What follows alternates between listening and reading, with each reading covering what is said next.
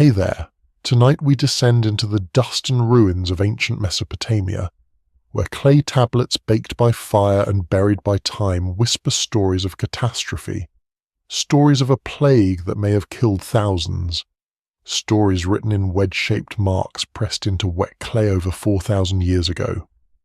Before you settle in for this journey, take a moment to like this video and subscribe to the channel, but only if you genuinely enjoy the content we explore together. Let me know in the comments where you're tuning in from and what time it is for you right now. It's always fascinating to see our community spanning the globe, connecting across time zones to explore the deep past. Now dim the lights, maybe turn on that fan for some soft background ambience, and let's travel back to a world that existed before the pyramids reached their peak, before the Minoans sailed the Mediterranean, before the Shang dynasty rose in China. We're going to ancient Sumer, to the city of Ur, to witness, through ancient texts, the possible devastation of one of history's first great plagues. And the remarkable thing, the thing that makes this story possible at all, is that the Sumerians wrote everything down. In the 19th century, European explorers began excavating the tells of Mesopotamia. These weren't natural hills rising from the Iraqi plains. These were the accumulated ruins of ancient cities, layer upon layer of mud brick buildings that had collapsed, been rebuilt, collapsed again over thousands of years. Each tell represented a city's entire history, compressed into a mound of earth and rubble. The explorers were searching for the cities mentioned in the Bible: Babylon, where the tower reached toward heaven; Nineveh, where Jonah preached; Ur of the Chaldees, birthplace of Abraham. They found these cities and so much more. What they found buried in the ruins were tablets, thousands upon thousands of clay tablets covered in strange triangular marks. These tablets had been baked hard, some deliberately in kilns, others accidentally in the fires that destroyed the buildings where they were stored. The tablets were covered in what we now call cuneiform writing, from the Latin word cuneus meaning wedge. The marks were made by pressing a reed stylus into soft clay at various angles, creating wedge-shaped impressions. When the clay dried or was baked, the writing became permanent. This was one of humanity's earliest writing systems, developed in Mesopotamia around 3,200 years before the Common Era. The early excavators had no idea what these tablets said. The script was completely unknown. No living person could read it. The breakthrough in decipherment came through a combination of brilliant scholarship and fortunate discoveries. The key was finding bilingual and trilingual inscriptions that included languages scholars already understood. The most important of these was a massive inscription carved into a cliff face at Behistun in Persia, modern-day Iran.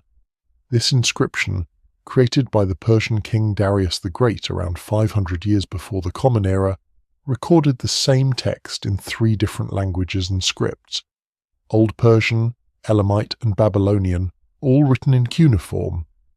Henry Rawlinson, a British Army officer and scholar, spent years in the 1840s copying this inscription under dangerous conditions, dangling from ropes on the cliff face. His work, combined with that of other scholars across Europe, gradually unlocked the secrets of cuneiform. They started with Old Persian, which was related to known languages and had a relatively simple alphabet-like script. From there, they worked backward to the more complex Babylonian script, which turned out to write a Semitic language related to Hebrew and Arabic.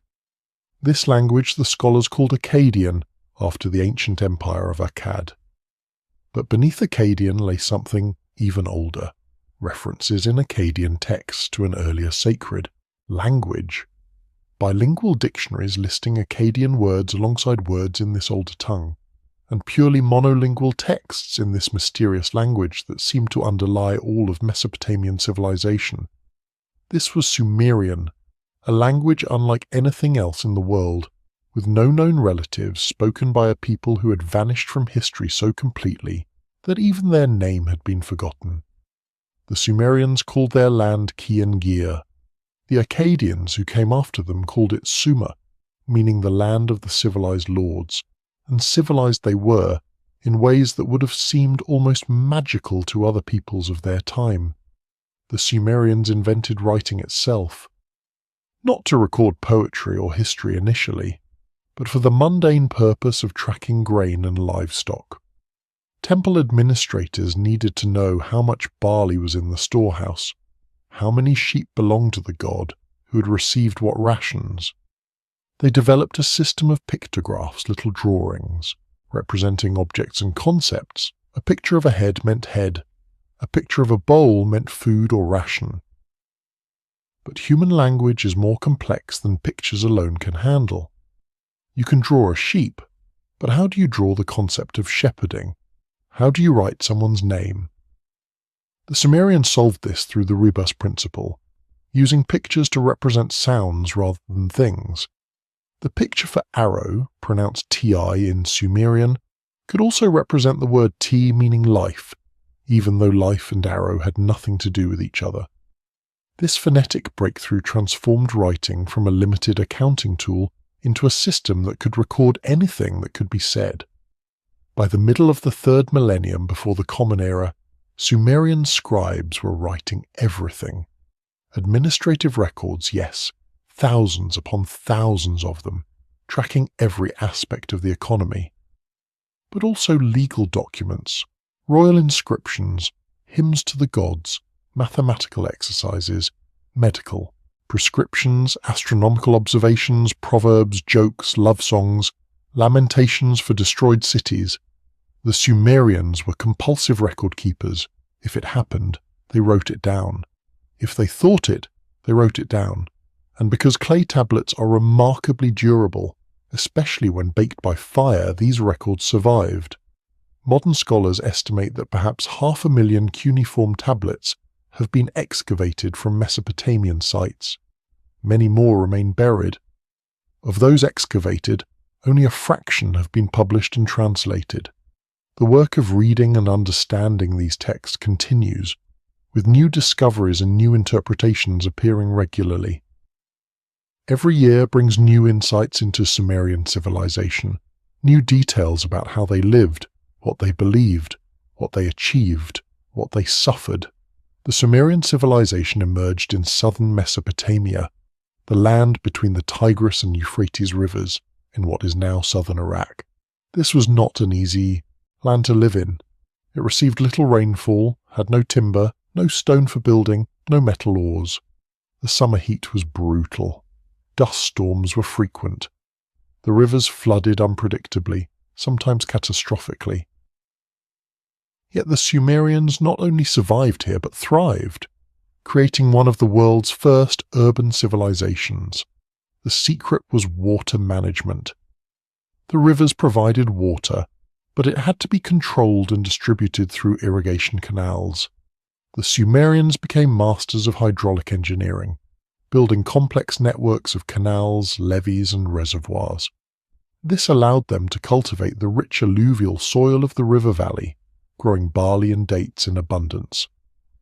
The surplus food production supported non-agricultural specialists, craftsmen, merchants, priests, scribes, administrators, soldiers. These specialists concentrated in cities, which grew to unprecedented sizes. By 5,000 years ago, southern Mesopotamia contained the world's first true cities. Uruk, which may have had 50,000 inhabitants, making it the largest city in the world at that time. Ur, Eridu, Lagash, Nippur, Kish. These weren't just large villages. They were urban centers with monumental architecture, complex social hierarchies, sophisticated religious institutions, and diverse populations. Each city was dominated by its temple complex, a massive structure of mud brick dedicated to the city's patron deity.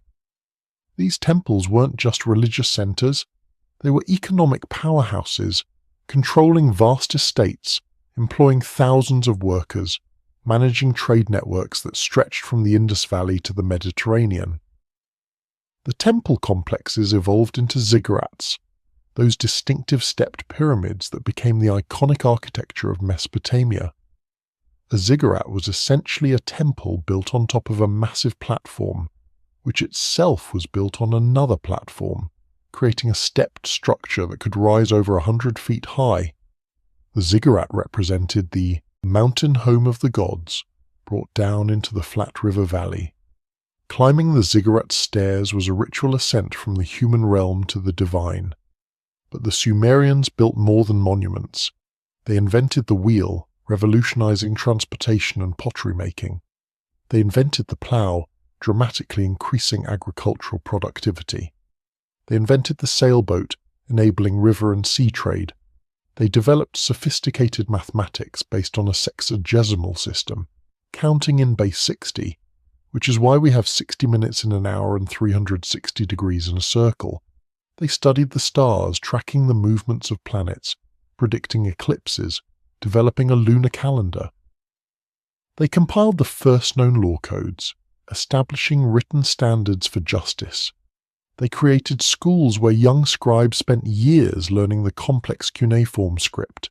Education in ancient Sumer was rigorous and demanding. A scribble student, typically a boy from a wealthy family though, there's evidence some girls also learned to write, would enter school around age 7. He would spend the next decade or more mastering the cuneiform script and the Sumerian language, which by the late 3rd millennium was already becoming an archaic language of scholarship rather than daily speech. The students practiced by copying model texts onto clay tablets. They started with simple sign lists, learning the basic cuneiform characters. Then they progressed to syllabaries, learning how signs combine to write syllables. Then to vocabulary lists, learning Sumerian and Akkadian equivalents. Then to proverbs and short compositions. Finally to great literary works, mathematical problems, legal formulas. The school was called the Eduba, the tablet house. Discipline was strict. Teachers beat students who made mistakes or misbehaved. One Sumerian text, a humorous composition about school life, describes a student constantly getting caned for various infractions, coming to school late, talking in class, standing up without permission, making mistakes in his tablet work. The student finally brings gifts to the teacher, who suddenly becomes much more understanding and praises the student's work. The satire is obvious. Even 4,000 years ago, people understood corruption and favoritism in education. But the Eduba produced highly skilled professionals. A trained scribe could find employment in temples, palaces, or private businesses.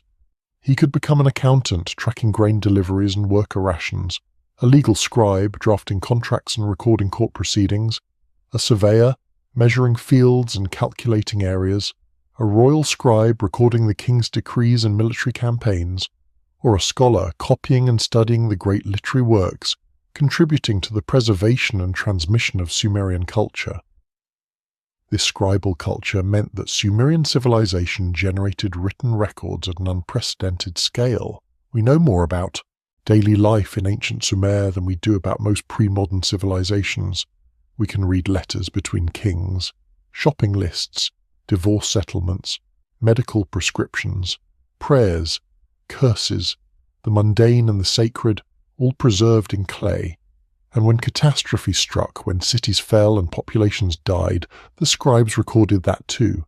They created a literature of lamentation, poetry mourning destroyed cities, that gives us our evidence for what may have been one of history's earliest documented plagues.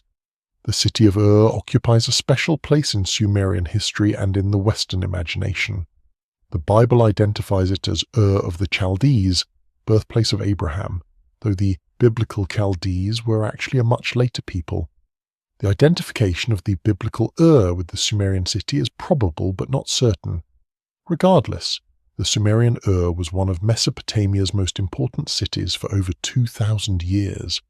It was continuously inhabited from the Ubaid period, around 5,800 years before the Common Era, through the fall of the Neo-Babylonian Empire in the 6th century before the Common Era. Its ruins, located in southern Iraq about 300 kilometers south of Baghdad, have been excavated extensively, revealing a wealth of information about ancient Mesopotamian life. Ur's location was ideal for an ancient Mesopotamian city. It sat on a canal connected to the Euphrates River, providing water for irrigation and transportation for trade. The river's course has shifted over the millennia, and in ancient times Ur was much closer to the Persian Gulf than it is today, making it a major port city.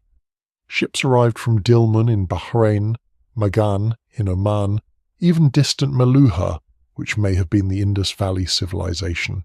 They brought copper, tin, precious stones, exotic woods, ivory.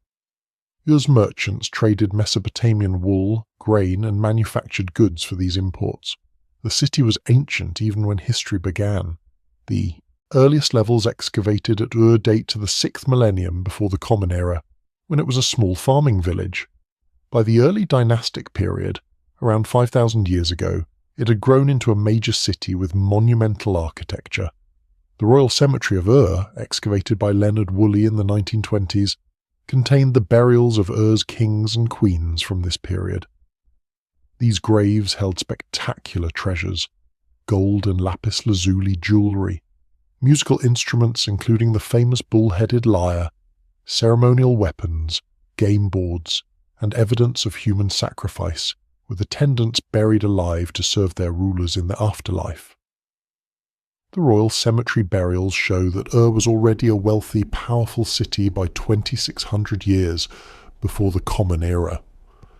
It controlled a small kingdom in southern Mesopotamia, competing with other city-states like Lagash, Umma, and Uruk. The political history of this period is complex and poorly understood. Cities rose to dominance and then fell. Dynasties lasted a few generations and disappeared.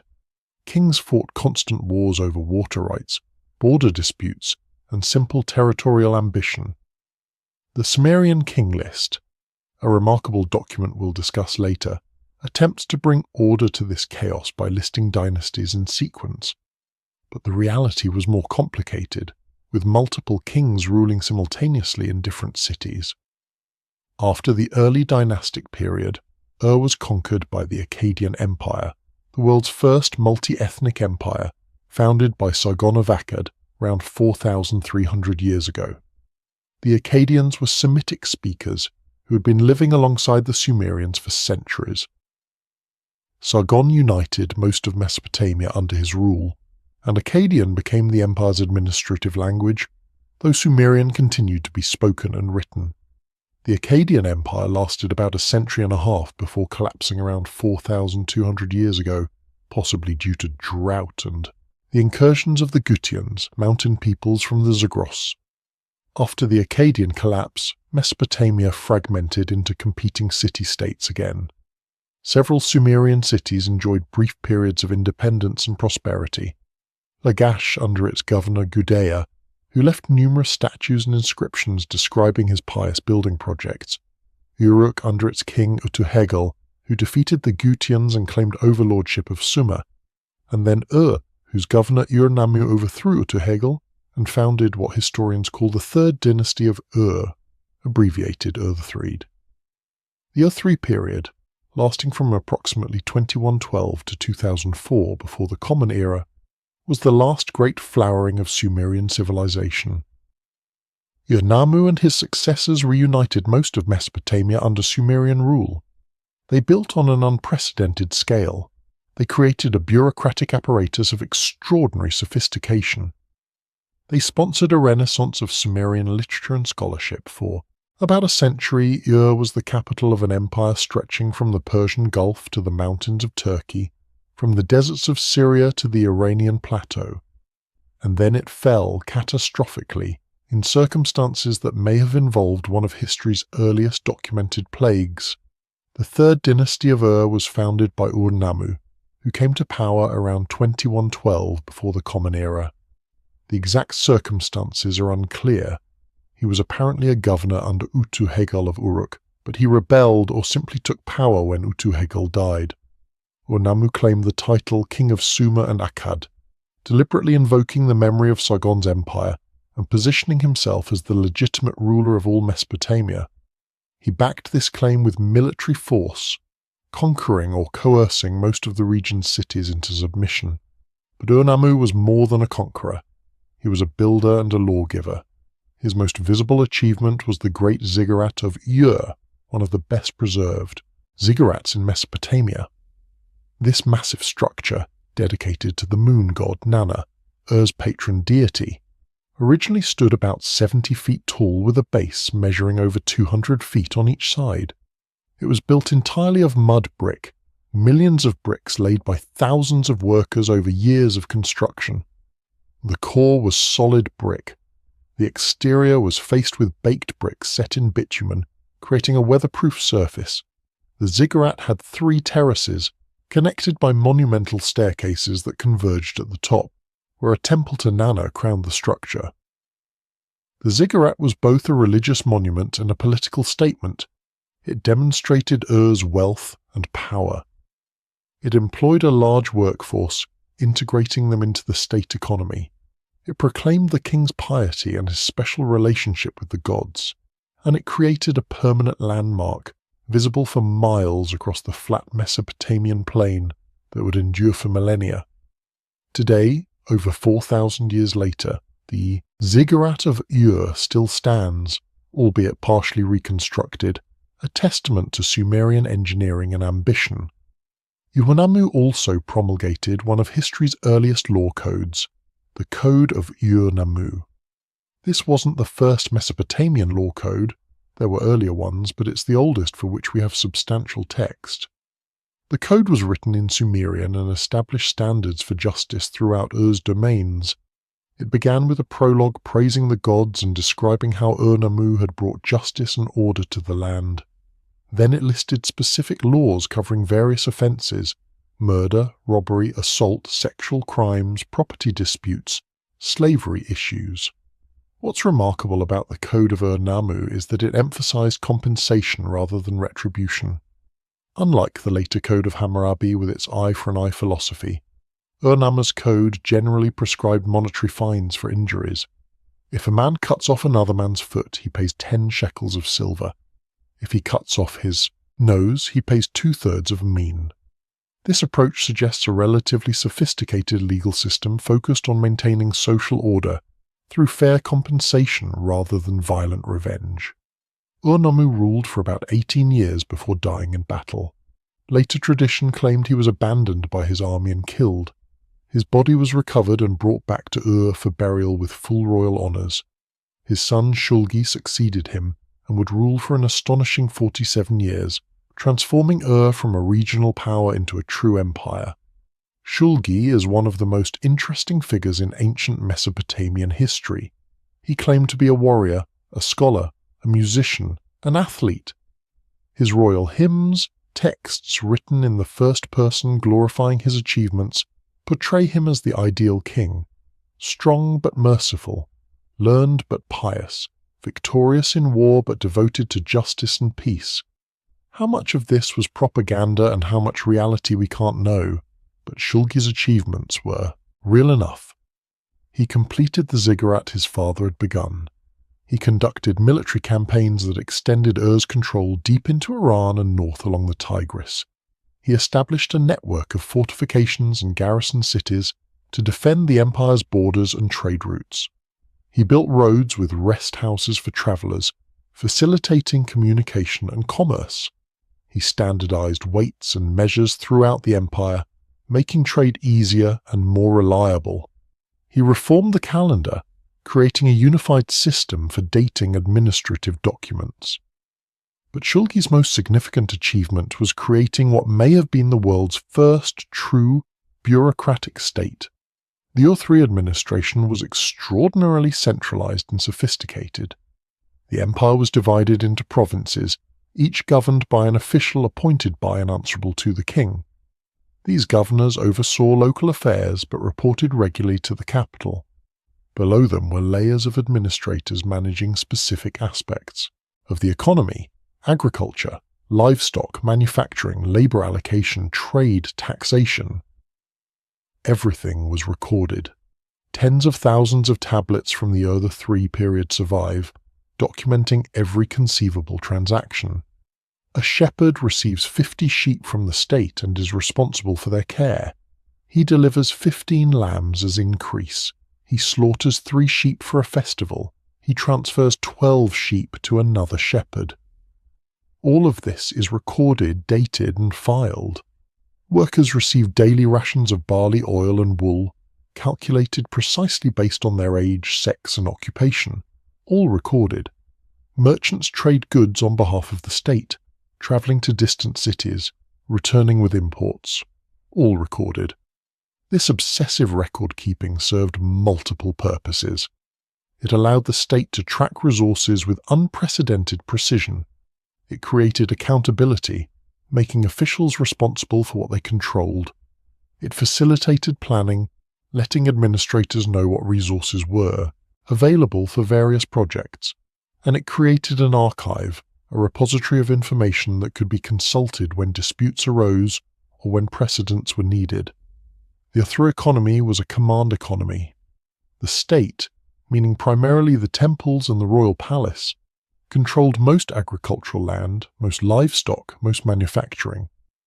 Private property existed, especially in cities where people owned houses and shops. Private merchants operated alongside state merchants. But the bulk of production and distribution was managed by the bureaucracy. Workers were assigned to specific tasks and paid in rations rather than money. Craftsmen worked in state workshops. Farmers cultivated temple estates. Shepherds tended temple flocks. This system was productive but rigid. It worked well when harvests were good, when the bureaucracy functioned smoothly, when external threats were manageable, but it had little resilience. Any disruption cascaded through the entire system. If harvests failed, rations couldn't be distributed, workers couldn't work, production collapsed. If provincial governors became independent, tax revenue dried up. The state couldn't pay its employees, loyalty evaporated. If external enemies pressed too hard, military resources were stretched thin, borders became porous, trade routes were disrupted. Shulgi managed to keep all these elements in balance for nearly half a century. But his successors faced increasing difficulties. His son, Amar-Sin, ruled only 9 years before dying, possibly of disease. One text mentions him being bitten by his shoe, which some scholars interpret as a scorpion sting that became infected. His son, Shu-Sin, ruled another 9 years, fighting constant campaigns against the Amorites, semi-nomadic peoples pressing in from the Syrian desert. Shu-Sin built a massive wall, over 150 miles long, trying to keep the Amorites out. The wall didn't work. The Amorites simply went around it or bribed guards to let them through. And then came Ibbi-Sin, the last king of Ur, who inherited an empire already in crisis. His 24-year reign witnessed the complete disintegration of everything Ur-Nammu and Shulgi had built. Provincial governors declared independence. Grain supplies to the capital were cut off. Famine struck. The Elamites invaded from the east. And probably according to some scholars, plague swept through the population, killing thousands, devastating the social and economic fabric that held the empire together. The evidence for this plague comes from a remarkable group of texts called the Sumerian City Laments. These are long poetic compositions mourning the destruction of various cities. The most famous and complete is the Lamentation over the destruction of Ur, a work of over 400 lines describing Ur's fall in vivid, heartbreaking detail. The text was copied and recopied for centuries after Ur's fall, studied in scribal schools as a literary masterpiece and a meditation on the impermanence of earthly power. The Lamentation over the destruction of Ur was first published in modern times by Samuel Noah Kramer, one of the 20th century's greatest Sumerologists. Kramer was born in Ukraine in 1904 but emigrated to the United States as a child. He studied ancient Near Eastern languages at the University of Pennsylvania, where he would spend most of his career.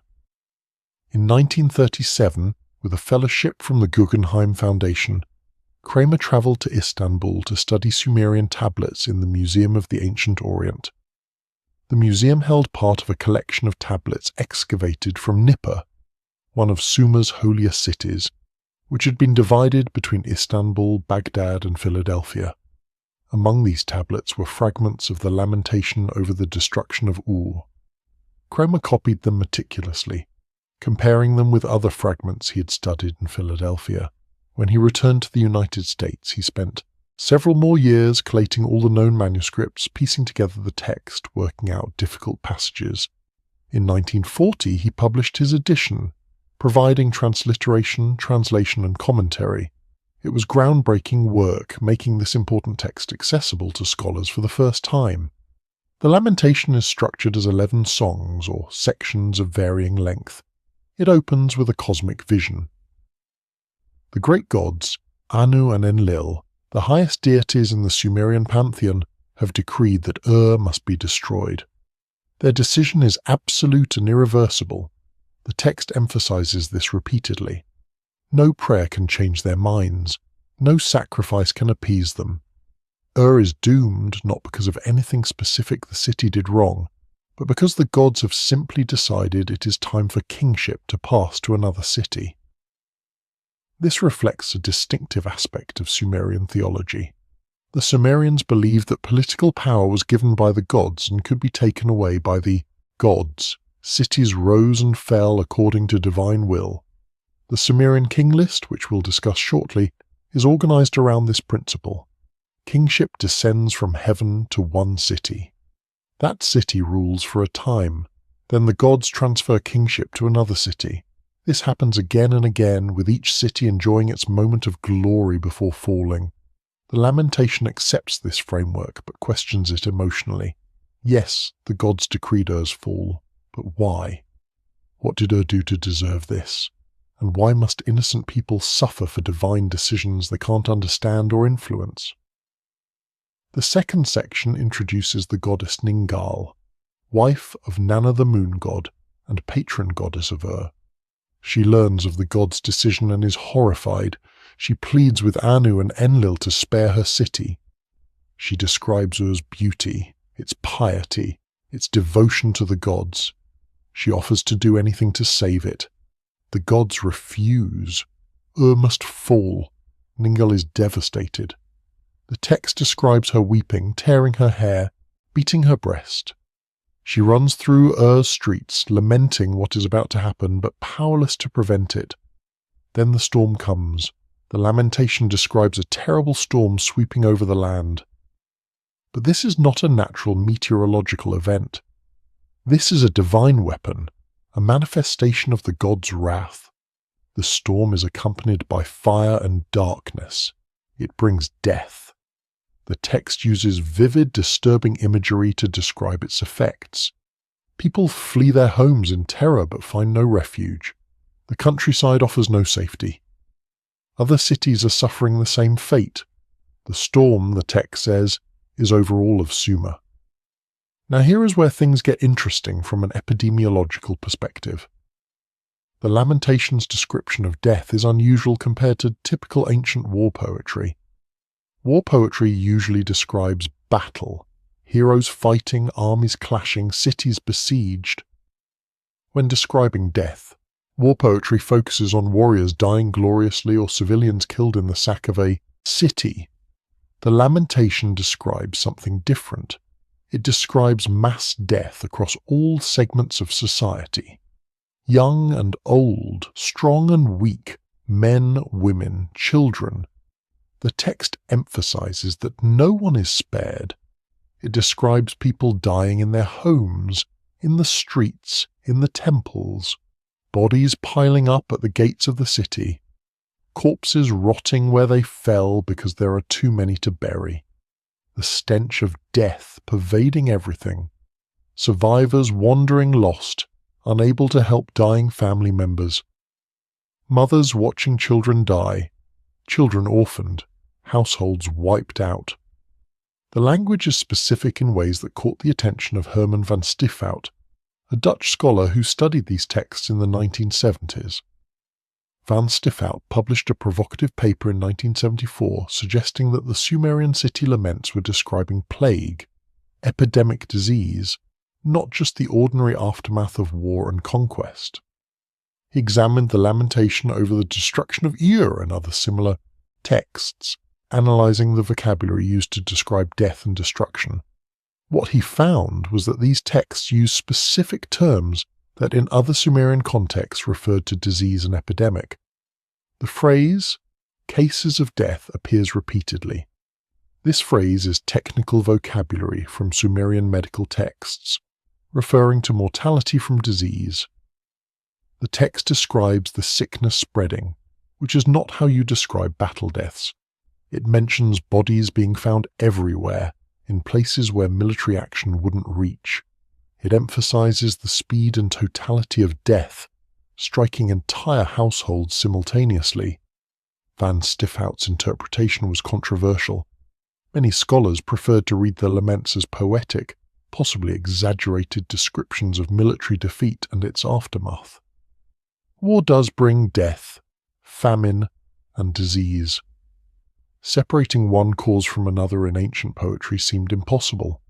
The Lamentations language was metaphorical, these scholars argued. The storm was a literary device representing the Elamite invasion. The mass death was poetic hyperbole, emphasizing the completeness of Ur's destruction. But Van Stiffhout pushed back. The language wasn't metaphorical, it was technical. The Sumerians had precise vocabulary for different kinds of death and destruction. The lamentation used disease vocabulary, not battle vocabulary.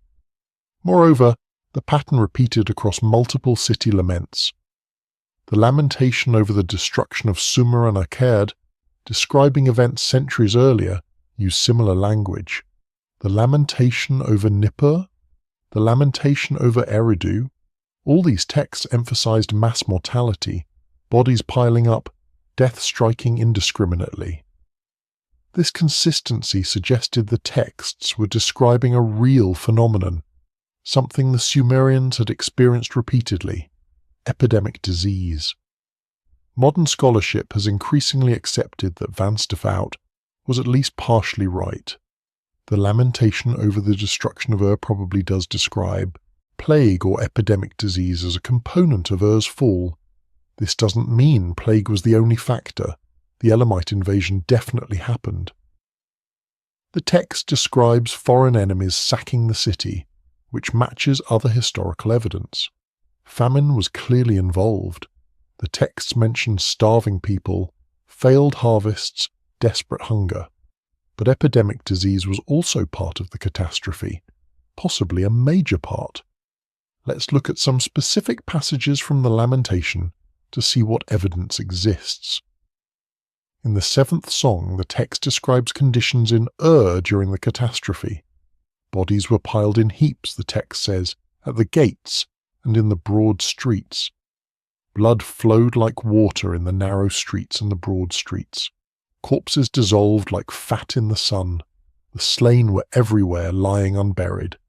People groped their way through piles of dead bodies. The text goes on. The young men lie where they fell. The old men who were city elders lie in the street. Young women were defiled. The mothers and fathers who had not left their houses were overwhelmed by fire. The babes at their mothers' breasts were carried off by the storm. This is vivid, horrible imagery. But what kind of catastrophe does it describe? The bodies at the gates are significant. Why would bodies pile up at city gates specifically? In a military siege, you might expect bodies on the walls or in breaches where fighting was heaviest. But gates. This makes more sense if people were trying to flee the city to escape disease, or if the sick were being expelled from the city in a desperate quarantine attempt. The mention of bodies everywhere, in narrow streets and broad streets, suggests death throughout the city, not concentrated in areas of fighting. The description of young men lying where they fell is interesting. In battle, young men are the primary combatants. You'd expect them to die. But the text also mentions old men, young women, mothers, fathers, babies. The indiscriminate nature of the death toll suggests disease rather than combat. War kills soldiers primarily, plus some civilians in the violence of a city's sack. Disease kills everyone, regardless of age or sex. The reference to corpses dissolving like fat in the sun suggests bodies left unburied for extended periods. This could happen in war's aftermath, certainly. but the scale implied, where the dead are so numerous that bodies simply can't be dealt with, suggests mass mortality beyond normal warfare, and the stench of rotting corpses would have been appalling, exactly the kind of sensory detail that would stick in survivors' memories and appear in later compositions. Another significant passage comes later, describing the goddess Ningal surveying the ruined city. She finds her city abandoned, her people dead or fled. She enters houses and finds only corpses. She goes to the streets and sees death everywhere. The text says, "My men were cut down from my midst. I am a solitary woman, who has no helper. The people groan. Alas for my city, the people groan." This repeated refrain, "the people groan," appears over 20 times in this section. What are they groaning from? Battle wounds? Possibly, but groaning also describes the sound of sick people, feverish, in pain, too weak to do more than moan. The text also describes the breakdown of all normal social functions. Temples are abandoned, festivals cease, markets close, families dissolve. This total societal collapse goes beyond what you'd expect from even a devastating military defeat. Plague, however, produces exactly this pattern. When mortality reaches catastrophic levels, when people are dying faster than they can be buried, when the sick overwhelm any capacity to care for them, society simply breaks down. Those who can flee do. Those who remain are too busy dying or caring for dying family members to maintain normal activities. Other Sumerian laments use similar language. The lamentation over the destruction of Sumer and Akkad, mourning the fall of the Akkadian Empire several centuries before Ur III, describes a storm bringing death, bodies everywhere, people dying in their homes, social collapse. The lamentation for Nippur describes the holy city devastated by death and destruction, with specific mentions of disease. The Eridu lament, the Uruk lament, all follow similar patterns, using similar vocabulary, describing similar catastrophes. This consistency across multiple texts spanning different time periods suggests the laments are describing something real, something the Mesopotamians experienced repeatedly. Cities did fall to conquest, but conquest was often accompanied by, or followed by, or even precipitated by epidemic disease. The Sumerians experienced plague multiple times over their long history. They developed a literary genre to express their grief and horror at these catastrophes. The city lament became the standard way to process mass death and urban destruction. Understanding that these texts describe plague changes how we read them. They're not just literary exercises or theological meditations. They're historical sources documenting real epidemics. The specific diseases involved may be impossible to identify. The texts don't provide symptoms in enough detail for modern diagnosis, but that epidemic disease devastated Mesopotamian cities repeatedly seems clear from the textual evidence. What diseases might have struck ancient Ur? We can speculate but can't know for certain. Bubonic plague, caused by Yersinia pestis bacteria and transmitted by fleas, is one possibility. Plague causes high fever, painful swellings called buboes, and can kill within days. It spreads rapidly in crowded urban conditions. Plague requires specific ecological conditions, particularly large rat populations and appropriate flea species, but these may have existed in ancient Mesopotamia. Grain stores would have attracted rats. Rats and humans living in close proximity would allow flea-borne transmission. Typhus, transmitted by lice, is another candidate. Typhus thrives in conditions of crowding, poor sanitation and stress, exactly what you'd find in a city under siege or suffering famine. It causes high fever, headaches, and a characteristic rash, and can be fatal. Typhus has caused massive mortality in historical populations, particularly during wars and famines when hygiene deteriorates. Smallpox is a possibility, though there's less evidence for it in Mesopotamia compared to other regions. Smallpox is highly contagious, spreads through respiratory droplets, and has a significant mortality rate.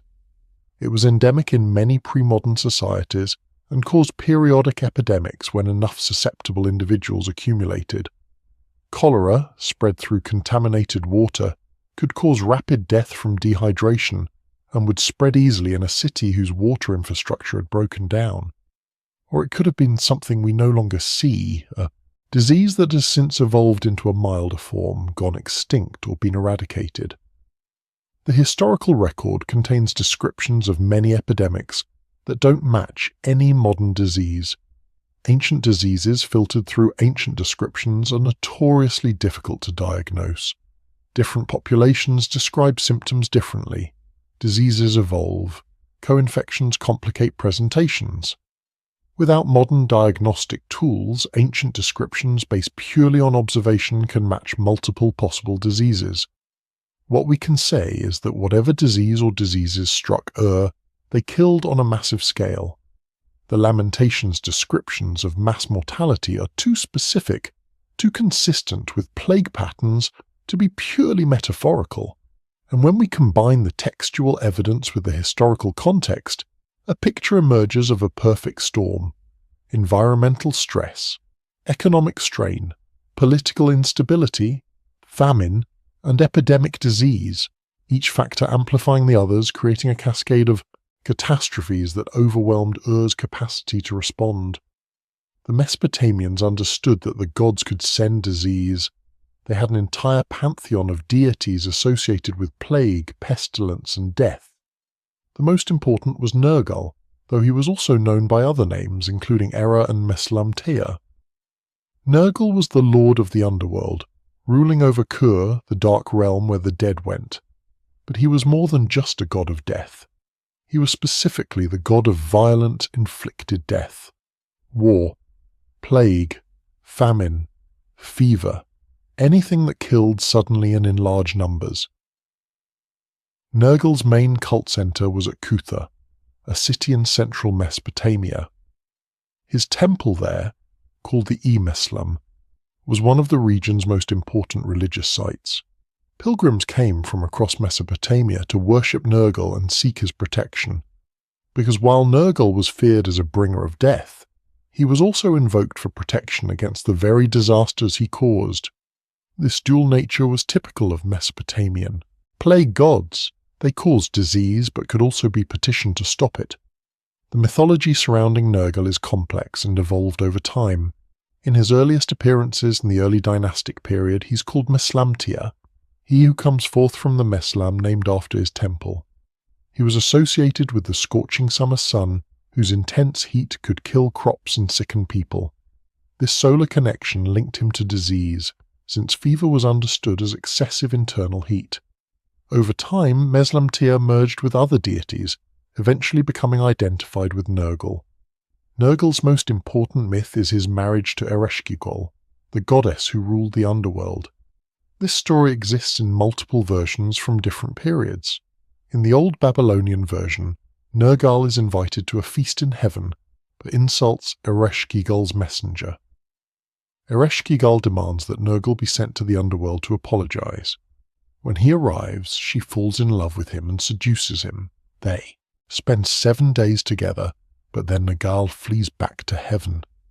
Ereshkigal is heartbroken and threatens to release all the dead to overwhelm the living if Nergal isn't returned to her. The gods, terrified, send Nergal back. He and Ereshkigal reconcile and rule the underworld together. The later Assyrian version is more violent. Nergal storms the underworld with an army of demons. He fights his way through the 7 gates, defeats Ereshkigal's monsters, and confronts the goddess herself. He's about to kill her when she offers to marry him and share her throne. He accepts, and they become the joint rulers of the realm of the dead. This version emphasizes Nergal's violent, warlike nature. Both versions of the myth serve to explain why Nergal, a god associated with the living world through his solar aspects and his role as a plague deity, became ruler of the dead. The marriage to Ereshkigal legitimized his authority over the underworld while preserving her ancient status as queen of the dead. Together they judged the dead and maintained order in Kur, but Nergal had another important mythological role, described in the Epic of Era. This text, composed in Akkadian probably around the 8th century before the Common Era, but preserving much older traditions, describes Nergal under his alternate name Era, unleashing chaos and plague upon the world. The epic is remarkable for several reasons. It's one of the few Mesopotamian myths to name its author, a man called Kabti Ilani Marduk, who claimed the text was revealed to him in a dream, and it's unusually focused on explaining catastrophe, particularly epidemic disease and social breakdown. The Epic of Era opens with Era sleeping restlessly in his palace in the underworld. He's disturbed, agitated, yearning for destruction. His weapons, personified as the 7 demons called the Sibiti, urge him to action. These 7 were terrifying beings, sons of the sky god Anu, each assigned by Anu to a specific, destructive purpose. They brought plague, fever, fire, flood, famine, earthquake, and war. They were Era's army, eager to be unleashed upon the world. Era's advisor Ishum tries to restrain him. Ishum represents order and reason. He warns Era that destroying the world will harm innocent and guilty alike, that chaos once unleashed is hard to control. Era dismisses these concerns. He's bored with peace. He wants action, destruction, to hear the screams of the dying and watch cities burn. He decides to attack Babylon, the greatest city in Mesopotamia. But Babylon is protected by Marduk, the king of the gods. Era can't simply destroy it, so he tricks Marduk. He suggests that Marduk's divine regalia has become tarnished and needs to be cleaned and repaired. This requires Marduk to leave his throne temporarily. Marduk, vain and concerned about his appearance, agrees and departs.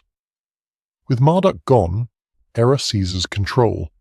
He and the 7 rampage through Babylonia. The epic describes the devastation in vivid detail. Cities burn, people die by the thousands, plague spreads, social order collapses, fathers turn against sons, neighbors kill neighbors. Everywhere is chaos and death.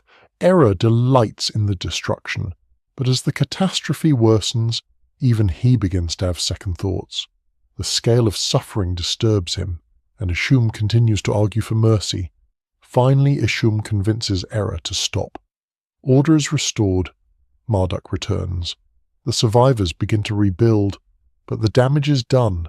The epic ends with Era justifying his actions. He claims the destruction was necessary, that humanity had become complacent and needed to be reminded of divine power. And he promises that anyone who preserves and recites the Epic of Era will be protected from plague and disaster. This ending is crucial. The Epic of Era functioned as apotropaic magic. Copies of the text were used as amulets, hung in houses to ward off plague. Excerpts were inscribed on tablets and buried in building, foundations to protect structures. Reciting the epic was believed to invoke Era's protection. The god himself had revealed the text and promised safety to those who honored it. This suggests that the epic's composition was motivated at least partly by a real plague outbreak. The author, living through or shortly after a devastating epidemic, created a text that explained the disaster theologically while offering magical protection against future outbreaks. The 7 demons who serve Era appear throughout Mesopotamian magical literature. They're beings of pure malevolence, created specifically to destroy. Incantations against them survive by the dozens, found in libraries from across Mesopotamia and spanning over 1,000 years. These incantations show that ordinary Mesopotamians lived in terror of the 7. They were blamed for sudden illness, mysterious deaths, inexplicable misfortunes. A typical incantation might go, "The wicked 7 born in the mountains, creatures of hell, storm winds without equal. Daily they rage, they are the 7. In the deep they are 7. In heaven they are 7. Neither male nor female are they. They are destroying floods. They have no wives, they beget no children. Compassion and mercy they do not know. Prayer and supplication they do not hear. They are horses reared in the mountains. Evil are they, evil are they. They are 7, they are 7, twice 7 are they. The repetition emphasizes their number. 7 was a sacred number in Mesopotamian thought, appearing constantly in myths and rituals. The 7 demons were the dark mirror of beneficial divine sevens.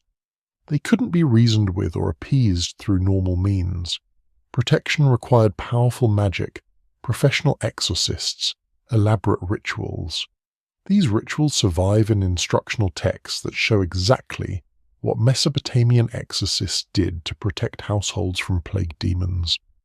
First, you prepared figurines representing apotropaic deities and protective spirits. These were made from clay or dough in specific forms. A fishman representing Ea, god of wisdom and magic, a bullman, a lion-headed eagle, various others. The figurines were consecrated through prayers and offerings, transforming them from mere clay into vessels for divine power. Next, you buried these figurines at specific locations in and around the house, under the threshold to prevent evil from entering, in the 4 corners of the foundation, next to the doorposts. As you buried each figurine, you recited incantations binding it to its protective purpose. The figurines formed a magical barrier, a supernatural defense perimeter. Then you performed purification rituals, fumigating the house with specific incenses, sprinkling purified water in each room, anointing doorways with oils, all while reciting protective prayers. The goal was to cleanse the house of any evil presence and create conditions where the protective figurines could function effectively. Finally, you might hang protective amulets, tablets inscribed with excerpts from the Epic of Error, plaques showing protective deities. These visible reminders of divine protection reassured the inhabitants while supposedly deterring demons. Did any of this work? From a modern perspective, no. Disease isn't caused by demons and can't be prevented by clay figurines. But the rituals weren't completely useless. They provided structure and agency in the face of incomprehensible danger. When plague struck a city, when people were dying in droves with no obvious cause, the terror must have been overwhelming. Being able to do something, even if that something was ritual magic, helped people cope. It gave them a sense of control, however illusory. It created community solidarity as households worked together to protect their neighborhoods. It provided comfort through familiar religious frameworks, and some of the practical aspects of these rituals may have had genuine health benefits. Fumigation with certain plants could have antimicrobial properties. Ritual washing promoted cleanliness, which reduces disease transmission. The social isolation that often accompanied purification rituals would limit contact with infected individuals. The Mesopotamians didn't understand germ theory, but their magical practices sometimes accidentally stumbled upon genuinely effective public health measures. The existence of all this anti-plague magic, the elaborate rituals, the protective figurines, the incantations against the 7, the Epic of Error as an amulet, tells us that epidemic disease was a regular feature of Mesopotamian life. You don't develop such an extensive magical repertoire for rare events. Plague struck often enough that every household needed protection, every exorcist needed to know the rituals, every library collected the relevant texts, and when plague did strike, when the magic failed and people died anyway, the Mesopotamians turned to another set of specialists, physicians. The Mesopotamians had a sophisticated medical tradition that combined empirical observation with spiritual interpretation. They recognized disease had physical symptoms that required physical treatment, even while believing the ultimate cause was supernatural. Mesopotamian medicine is documented in roughly 1,000 surviving cuneiform tablets, though many are fragmentary. These texts include diagnostic handbooks, therapeutic prescriptions, magical incantations, medical omens, and pharmaceutical ingredients lists. The most important collection comes from the library of the Assyrian king Ashurbanipal in Nineveh, which contained hundreds of medical texts organized into series, but there are also significant collections from other sites including Assur, Babylon, and Nippur. The centerpiece of Mesopotamian medical literature is the diagnostic handbook, called Sakiku in Akkadian, meaning symptoms. This massive work consisted of 40 tablets, each containing at least 250 lines of text, making it over 10,000 lines total. It was organized systematically, working from head to toe through the human body. Tablet 1 dealt with diseases of the skull and scalp. Tablets 2 through 5 covered the eyes, then the ears, nose, mouth, throat, neck, and so on down through the torso, limbs, and feet. Each entry in the diagnostic handbook followed a standard format. First, a protosis describing the symptoms observed. If a man's head is hot, his hands and feet are cold, and his eyes are yellow, then the protosis was specific and detailed, listing observable signs and sometimes the patient's reported sensations. Then came the apodosis, giving either a diagnosis or a prognosis. He's seized by jaundice disease. He will live or he will die, depending on other factors described. The diagnostic handbook was remarkably sophisticated for its time. It recognized specific disease entities with characteristic symptom clusters. It distinguished acute from chronic conditions. It noted that symptoms could evolve over time and that prognosis depended on symptom progression. Some entries show impressive clinical observation. The description of stroke symptoms, for instance, accurately notes sudden onset of paralysis, speech difficulties, and facial asymmetry. Descriptions of pneumonia recognize the importance of fever, cough, difficulty breathing, and chest pain as a syndrome. But the diagnostic handbook also interpreted these physical symptoms in supernatural terms. The diagnoses often included statements about which god or demon was responsible. The hand of the goddess Ishtar has seized him, or the curse of his dead father afflicts him, or an evil ghost pursues him. This supernatural etiology didn't negate the physical symptoms. Both were real, both mattered. The patient had jaundice because his liver was diseased, and his liver was diseased because a demon had seized it. Effective treatment required addressing both the physical disease and the spiritual cause. Mesopotamian physicians came in two main types, though the distinction wasn't always clear. The Asu was a physician in the modern sense, focusing on physical examination and material treatments. The Ashipu was an exorcist or incantation priest, focusing on spiritual diagnosis and magical treatments. In practice, many cases required both specialists working together. The Asu would prescribe herbal medicines and physical therapies. The Ashipu would perform purification rituals and recite protective incantations. Together they addressed the whole patient. The Asu received extensive training in medical schools, probably attached to temples of Gula, the goddess of healing. Students learned to recognize diseases from their symptoms. They memorized hundreds of prescriptions, knowing which plants and minerals treated which conditions. They learned practical skills like setting broken bones, lancing, abscesses, treating wounds, and they learned the business side of medicine. The Code of Hammurabi, a law code from the Old Babylonian period, includes regulations governing physicians' fees and liability.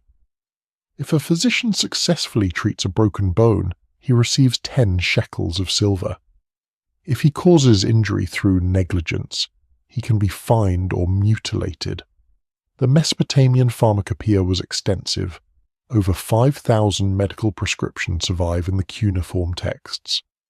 These prescriptions used hundreds of different ingredients, mostly plant-based but also including animal products and minerals. Many of these remedies were genuinely effective.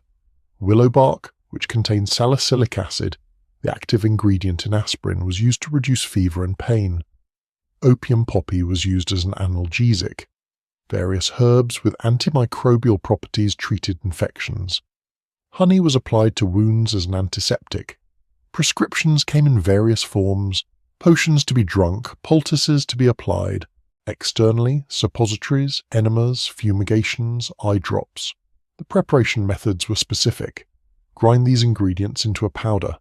Mix with beer. Heat over a fire. Strain through cloth. Let cool. Apply to the affected area at sunset. The precision suggests these recipes were the result of trial and error over many generations, with successful treatments being preserved and transmitted. But alongside effective remedies were others based on magical thinking.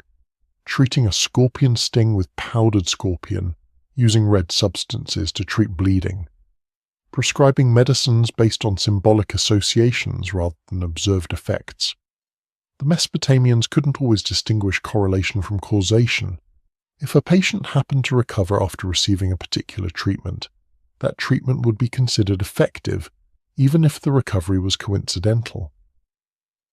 Epidemic disease posed special challenges for Mesopotamian medicine. When plague struck, the sheer number of sick overwhelmed any healthcare system. The Asu and Ashipu couldn't treat everyone. Resources ran short. Medicines became unavailable. Healthcare workers themselves fell sick. In these circumstances, the focus shifted from treatment to protection. How could the healthy avoid getting sick? How could households be shielded from the spreading death? The Mesopotamians did recognize that some diseases could spread from person to person. Letters from the Old Babylonian period show rulers implementing quarantine measures. One famous letter from the city of Mari, dating to around 1750 years before the Common Era, describes a woman at the royal court who developed symptoms of what might be measles or another contagious disease. The king Zimrilim wrote to his wife, Queen Shibtu, "Give strict orders that no one shall drink from the cup from which she drinks. She must not sit in her chair. She must not lie in her bed. She shall not sit with the women. And no one shall touch her chair or her bed." This shows clear understanding of contagion. The sick woman is isolated. Objects she has touched are to be avoided. People are warned not to share food or drink with her. These are sensible public health measures that would actually reduce disease transmission, even though the Mesopotamians didn't understand the mechanism. They knew from observation that being near sick people or touching their belongings increased your risk of getting sick. They didn't need germ theory to implement effective quarantine. When epidemic disease struck a city, larger-scale measures were attempted. Temples would organize special rituals and sacrifices, seeking to appease whichever god was believed responsible. Exorcists would perform protective ceremonies at city gates, trying to create magical barriers against the disease's spread. The healthy might flee to the countryside, though. This often just spread the disease to new areas. And communities would attempt to isolate the sick, though. This was difficult to enforce and often broke down as more people became ill. The lamentation over the destruction of Ur may preserve evidence of such public health responses. The text mentions people being cut down in the middle of the city, bodies at the gates, and people fleeing but finding no refuge. This could describe attempts at quarantine and evacuation that failed. If Ur was experiencing a plague outbreak, authorities might have tried to prevent people from leaving, fearing they'd spread disease to other cities. This would trap people inside the city with the epidemic, leading to the kind of mass mortality described in the lamentation. At some point during this crisis, the Elamites attacked. The Elamites were old enemies of Sumer. They inhabited the Zagros Mountains and the plains of southwestern Iran, in what is now Khuzestan province. Elam had its own sophisticated civilization, with its own writing system, its own political structures, its own proud history. The Elamites and Mesopotamians traded, fought, intermarried, and influenced each other for millennia. During the Earth III period, Elam had been subordinate to Ur. Shulgi had campaigned into Elamite territory, installing puppet rulers, extracting tribute. Elamite princes were held as hostages at Ur to guarantee their father's good behavior. Elamite princesses married into the Ur royal family. This system worked as long as Ur was strong. But as the empire weakened under Ibbi-Sin, the Elamites reasserted their independence. By the final years of Ibbi-Sin's reign, Elamite forces were raiding deep into Mesopotamia. Administrative texts from Ur show the bureaucracy breaking down. Grain shipments stop. Worker rations cease.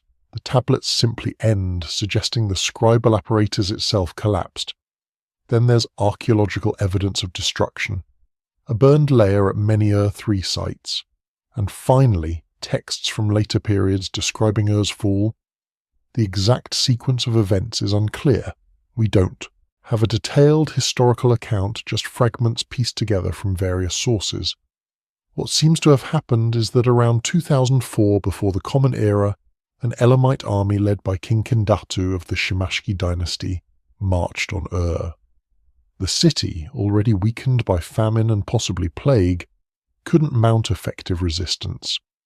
The Elamites broke through the defences, sacked the city, desecrated its temples, and captured Ibisin. The king of Ur, descendant of the mighty Ur-Nammu, was taken to Elam in chains, where he presumably died in captivity. The lamentation describes the Elamite conquest in vivid terms. Foreign enemies, speaking incomprehensible languages, pour into the city. They loot the temples, carrying off sacred objects. They destroy Ningal's shrine, defiling the Holy of Holies. They kill or enslave the population. They burn the palace. They tear down the walls. The city that had ruled an empire is reduced to ruins, but the lamentation doesn't present the Elamite invasion as the primary cause of Ur's fall. The Elamites are instruments of divine will, tools the gods use to punish Ur. The real cause is the gods' decision to transfer kingship elsewhere. The storm that brings death precedes the Elamite attack in the narrative.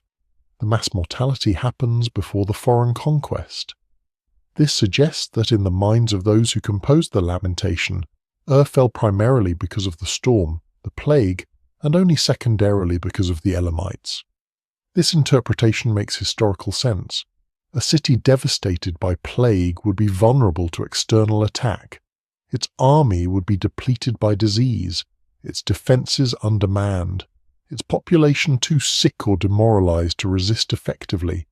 The Elamites may have attacked precisely because they knew Ur was weak. Opportunistic invasion of a plague-stricken enemy is a common pattern in history. You strike when your opponent is down. Alternatively, the Elamites may have brought plague with them. Armies are notorious disease vectors. Soldiers and camp followers moving through multiple regions, living in crowded, unsanitary conditions, picking up infections and spreading them wherever they go. If the Elamite army was carrying disease, their presence in Mesopotamia could have triggered the epidemic that devastated Ur and other cities. The lamentation storm bringing death from foreign lands might be a garbled memory of this. Or plague and invasion were independent catastrophes that happened to coincide. Bad luck, or from the Sumerian perspective, divine wrath manifesting through multiple simultaneous disasters. The gods decreed Ur's fall and sent every possible calamity to accomplish it. Famine, plague, and conquest, together, overwhelming any possibility of survival or recovery. After Ur fell, the empire disintegrated completely. Provincial governors declared themselves independent kings. Ishbi-Era, who had been a governor under Ibisin, established himself as king of Isin, a city about 20 miles north of Ur. He claimed to be the legitimate successor to the Ur III dynasty, positioning himself as the natural recipient of kingship now that the gods had withdrawn it from Ur. Other cities followed suit. Larsa, Eshnunna, Asher, each became the centre of its own small kingdom. The period that followed, called the Isin-Larsa period after the two most powerful successor states, lasted about 2 centuries. It was a time of fragmentation and frequent warfare, but also cultural continuity. The new kings presented themselves as heirs to Ur III, preserving its administrative practices, copying its literary works, maintaining its religious traditions. Sumerian remained the language of scholarship and religion, even as Akkadian became increasingly dominant in daily use. Ur itself recovered, though slowly. Archaeological evidence shows the city was eventually resettled and rebuilt. Its temples were restored, its economy revived, but Ur never again ruled an empire. It remained an important religious centre, sacred to the moon god Nanna, and a significant commercial city.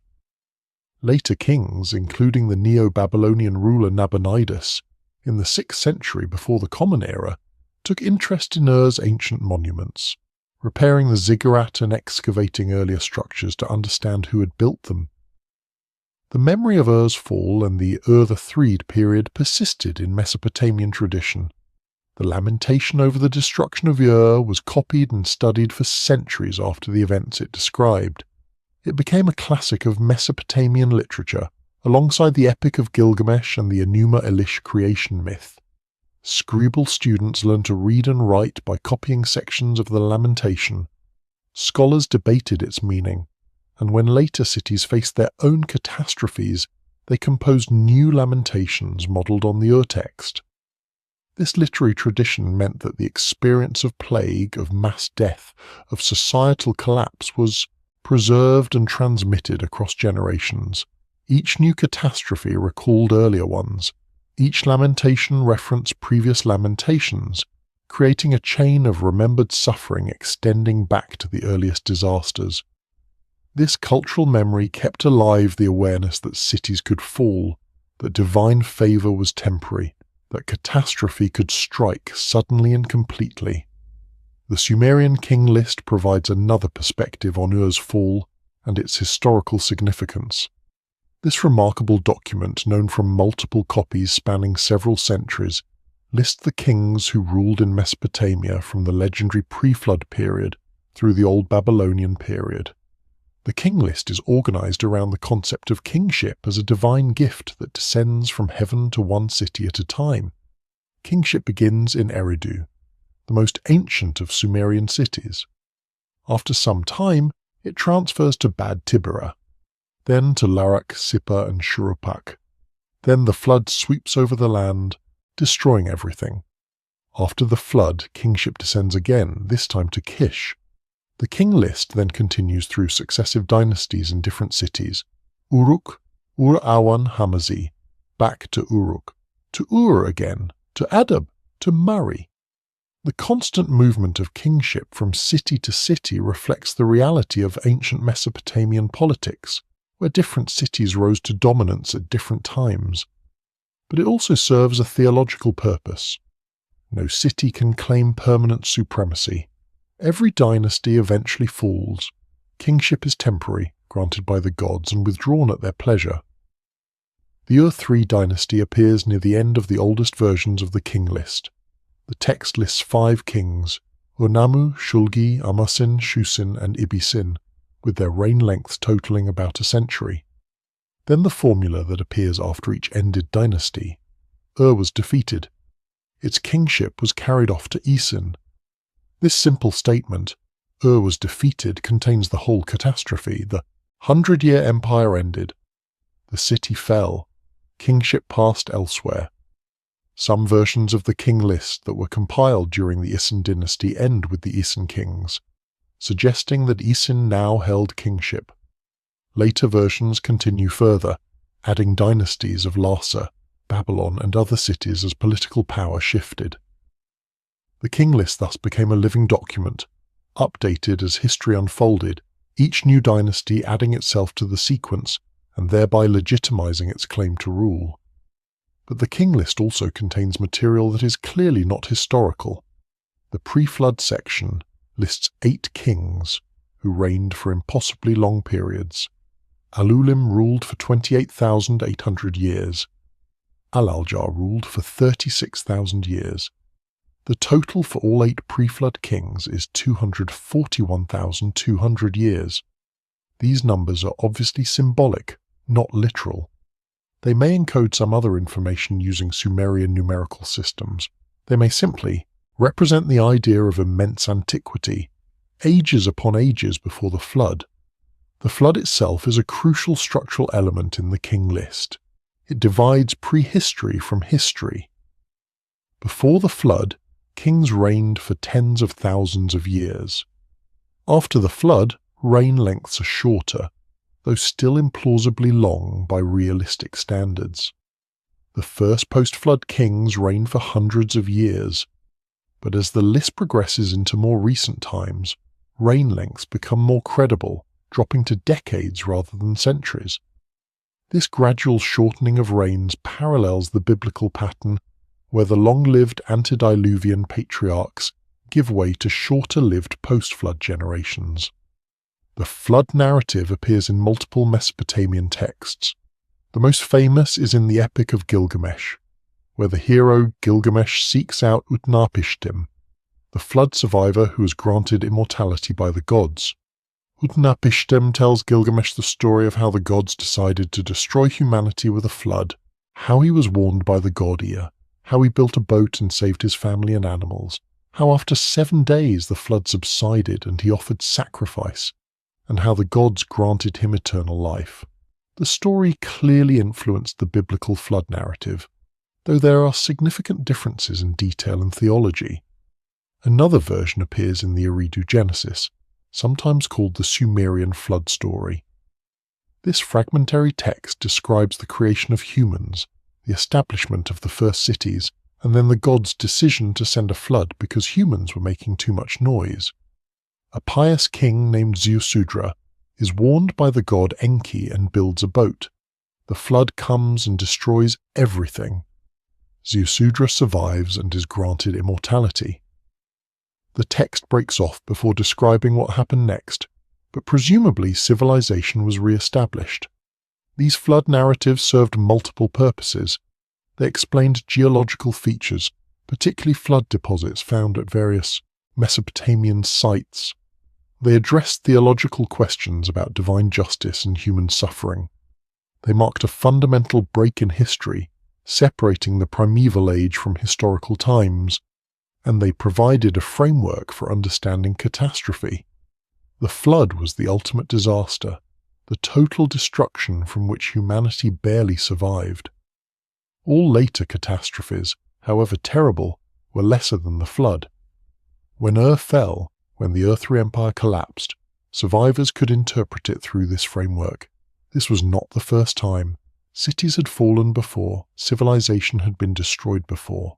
The flood proved that total catastrophe was possible, but it also proved that recovery was possible. Humanity had survived the flood and rebuilt. Ea could survive its catastrophe and rebuild too. This was not the end. It was a transition. Kingship had passed from Ea to Isin. Life would continue. The pattern would repeat. This cyclical view of history where cities rise and fall in endless succession provided comfort and perspective. Yes, fell. Yes, thousands died. Yes, the empire was destroyed. But this was part of a larger pattern. It had happened before. It would happen again.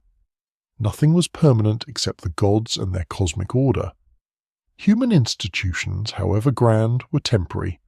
Accepting this impermanence, understanding that all earthly power eventually ends, allowed the Mesopotamians to cope with catastrophe without despair. The lamentation over the destruction of Ur expresses this worldview powerfully. The text mourns Ur's fall intensely, describing the suffering in devastating detail, but it also accepts the necessity of that fall. The gods decreed it. Who can question the gods? The proper response is grief, yes, but also submission to divine will, and ultimately hope. The lamentation ends not with despair, but with a prayer for Ur's restoration. May Ningal return to her temple. May the city be rebuilt. May life resume. The catastrophe is acknowledged, mourned, but not seen as final. And indeed, Ur was restored. Not immediately, and not to its former glory. But the city survived, its people returned, its temples were rebuilt. Within a few generations of the catastrophe, Ur was functioning again as a religious and commercial center. The ziggurat still stood, damaged but repairable. The memory of greatness remained. And Mesopotamian civilization continued, evolving, adapting, but maintaining continuity with its Sumerian past. Modern understanding of the earthy collapse and the possible plague draws on multiple lines of evidence. The textual evidence we've discussed extensively. Archaeological evidence showing destruction and abandonment at Ur and other sites. Environmental evidence suggesting climatic changes and agricultural stress in the late 3rd millennium. And comparative evidence from other historical catastrophes where multiple factors converge to produce systemic collapse. The environmental evidence deserves particular attention. Scientific studies of climate and ecology in ancient Mesopotamia have revealed significant changes around the time of Ur's fall. There are indications of increased aridity, beginning in the late 3rd millennium and continuing into the early 2nd millennium. Reduced rainfall meant less water in rivers. Less water meant decreased irrigation capacity. Decreased irrigation meant lower crop yields. Lower yields meant food shortages. Food shortages meant malnutrition, population stress, and increased vulnerability to disease. Soil salinization was another factor. Irrigation in arid climates inevitably leads to salt accumulation in soil as water evaporates, leaving dissolved salts behind. Over centuries of intensive irrigation agriculture, large areas of southern Mesopotamia became too saline for crops to grow. Fields that had been productive for generations suddenly failed. This process was slow but cumulative, and by the early 3rd period it was significantly reducing agricultural productivity in the empire's heartland. The Ur-3 administration was aware of these problems. Texts mention declining yields from specific fields. Agricultural officials tried various solutions, including fallowing land, changing crop rotations, and developing new irrigation systems.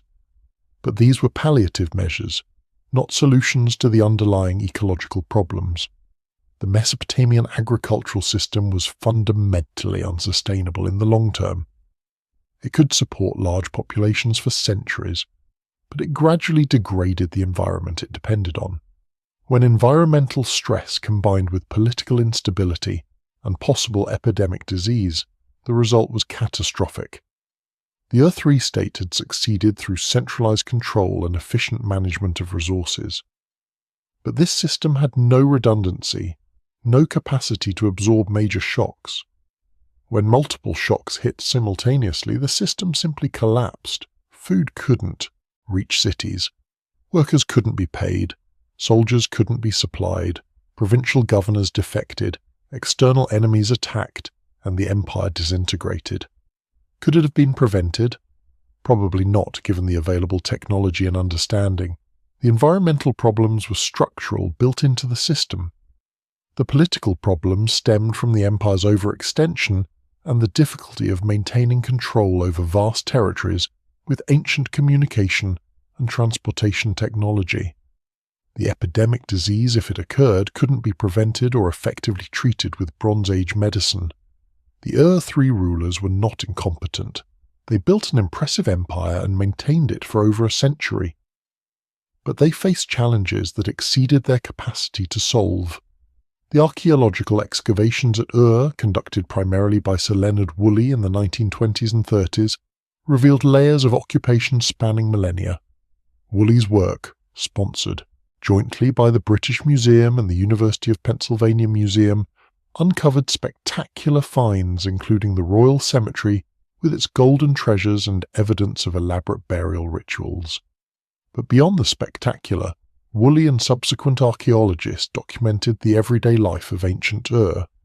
Residential quarters with narrow streets and compact houses, workshops where craftsmen made pottery, wove textiles, and worked metal, marketplaces where merchants traded goods, schools where students practiced their cuneiform, administrative buildings filled with clay tablets recording economic transactions.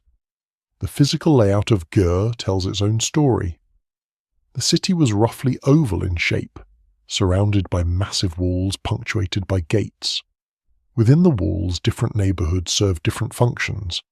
The temple precinct dominated the city center, with the great ziggurat rising above all other structures. Nearby were the royal palace, the administrative complex, and the residences of elite families. Further from the center were the houses of merchants, craftsmen, and laborers, packed closely together in dense urban blocks.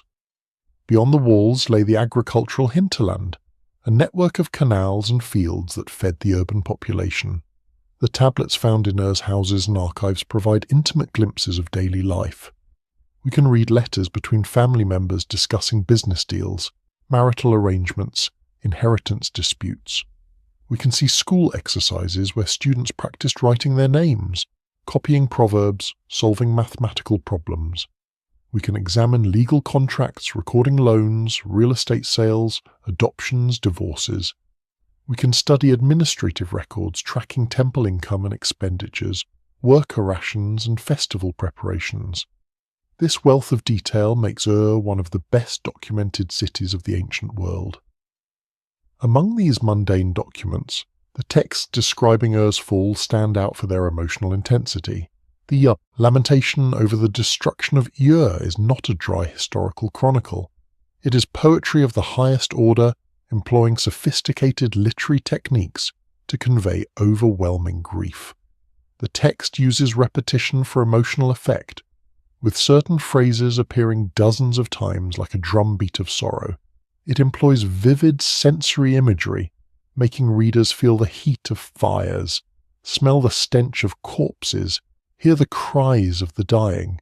It shifts perspectives between the goddess Ningal, the narrator, and the suffering city itself, creating a complex, multi-layered emotional experience. The literary sophistication of the lamentation raises important questions about its composition. Who wrote it? When? Under what circumstances? We don't know the author's name. Ancient Mesopotamian texts rarely name their composers. We know the text existed by the early Old Babylonian period, probably within a few generations of Ur's fall, because we have copies from that era.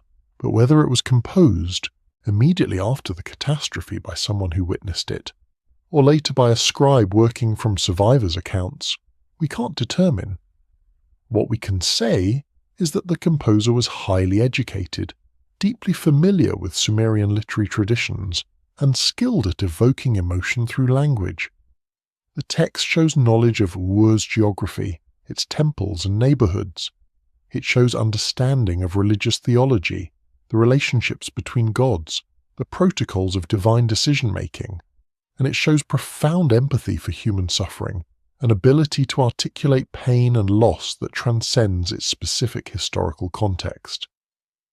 The story of the plague that may have killed thousands in ancient Ur, revealed through careful reading of Sumerian texts like the lamentation over the destruction of Ur, offers multiple lessons. It shows us the fragility of even the most impressive civilizations. Ur seemed permanent, powerful, divinely favored, but it fell suddenly and completely. It reminds us that epidemic disease has been a constant threat throughout human history, shaping societies in ways we often overlook. It demonstrates the value of written records, even when those records are fragmentary, poetic, or filtered through religious worldviews. Without the Sumerian scribes who composed and copied the lamentation, we would know nothing of the catastrophe they experienced. The interpretation of ancient texts is never straightforward. When modern scholars read the lamentation over the destruction of Ur, they bring their own knowledge, assumptions, and questions to the text. A scholar reading in 1940, like Samuel Kramer, saw the text primarily as literature and history.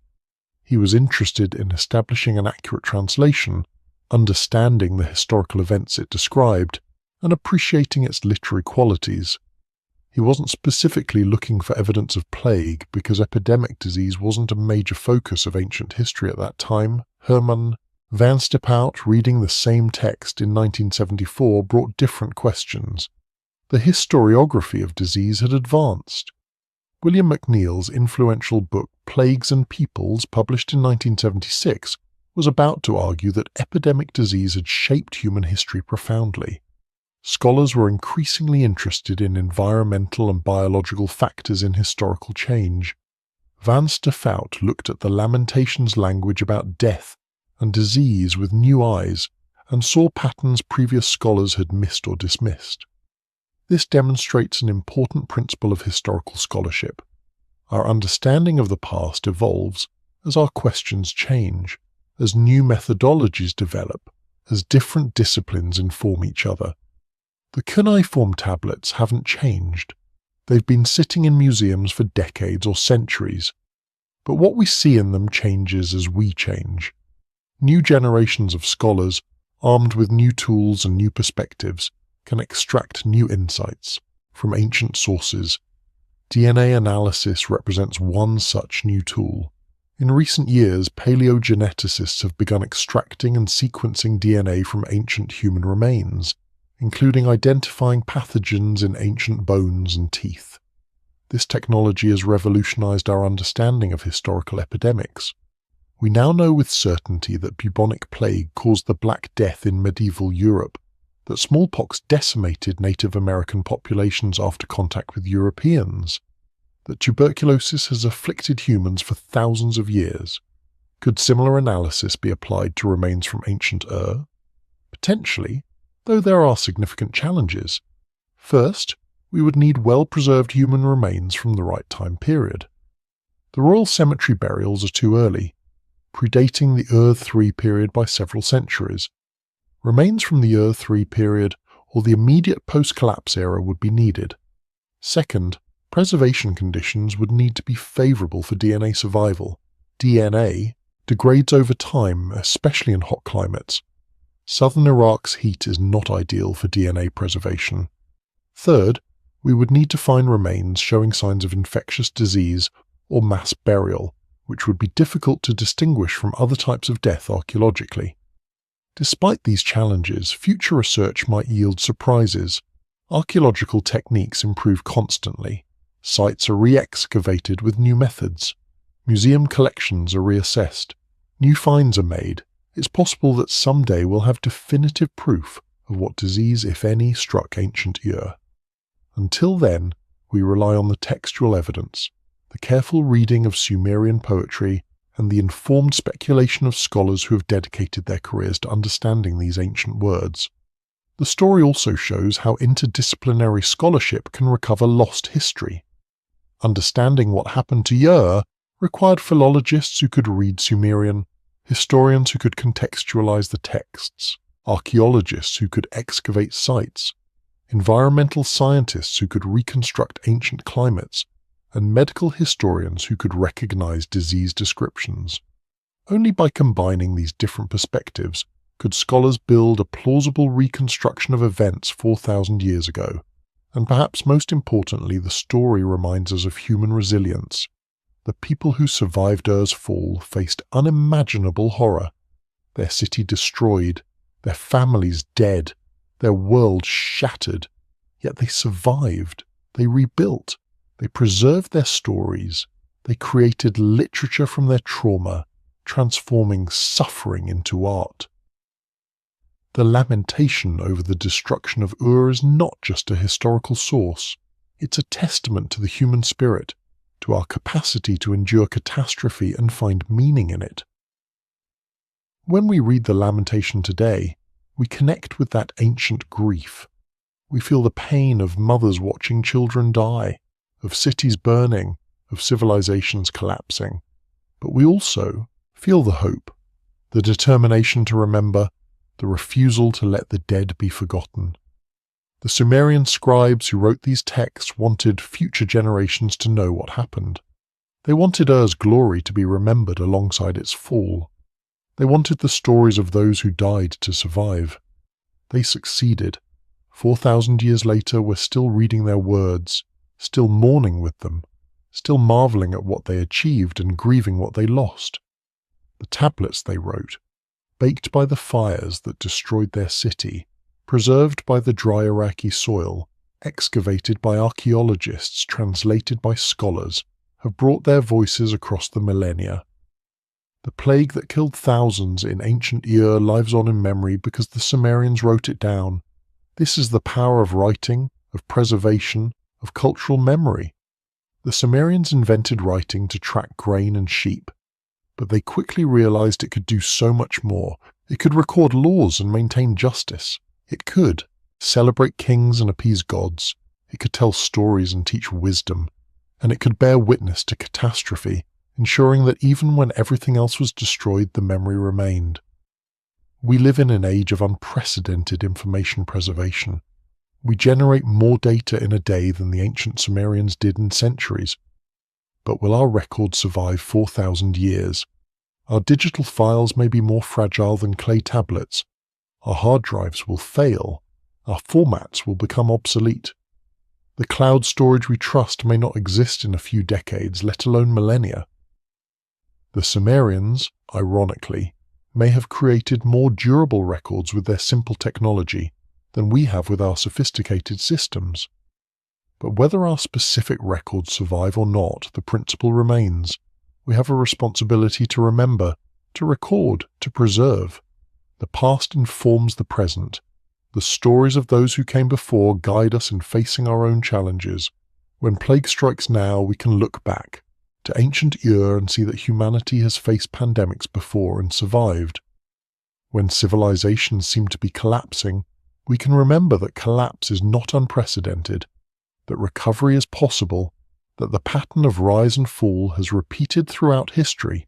The Sumerian texts reveal not just the plague that killed thousands in ancient Ur, but the entire arc of a civilization, its rise from mud brick villages to imperial splendor, its achievements in architecture, literature, law, and administration, its struggles with environmental limits and human weakness, its catastrophic fall, and its survival in memory, in cultural legacy, in the written word. If you found this journey into ancient Mesopotamia, into the world of clay tablets and dead languages, of plague gods and lamentation poetry, fascinating and worthwhile, please take a moment to like this video and subscribe to the channel. Share your thoughts in the comments.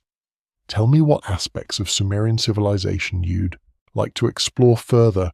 Are you intrigued by the medical texts, by how the ancients understood and treated disease, by the religious mythology, the complex pantheon of gods and demons, by the archaeological discoveries that continue to reshape our understanding of the past?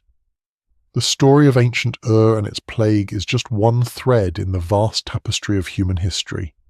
There are countless other threads waiting to be pulled, countless other stories waiting to be told.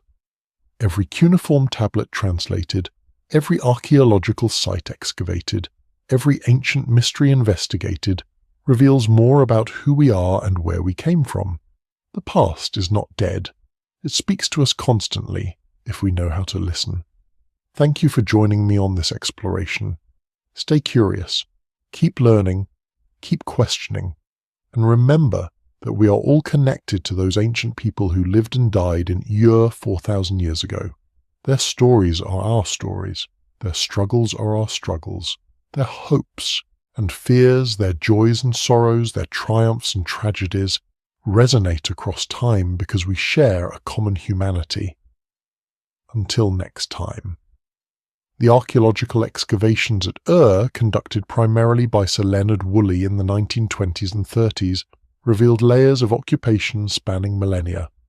Woolley's work, sponsored jointly by the British Museum and the University of Pennsylvania Museum, uncovered spectacular finds including the Royal Cemetery with its golden treasures and evidence of elaborate burial rituals.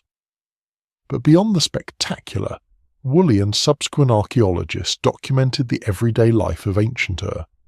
Residential quarters with narrow streets and compact houses, workshops where craftsmen made pottery, wove textiles and worked metal, marketplaces where merchants traded goods, schools where students practiced their cuneiform, administrative buildings filled with clay tablets recording economic transactions. The physical layout of Ur tells its own story. The city was roughly oval in shape, surrounded by massive walls punctuated by gates.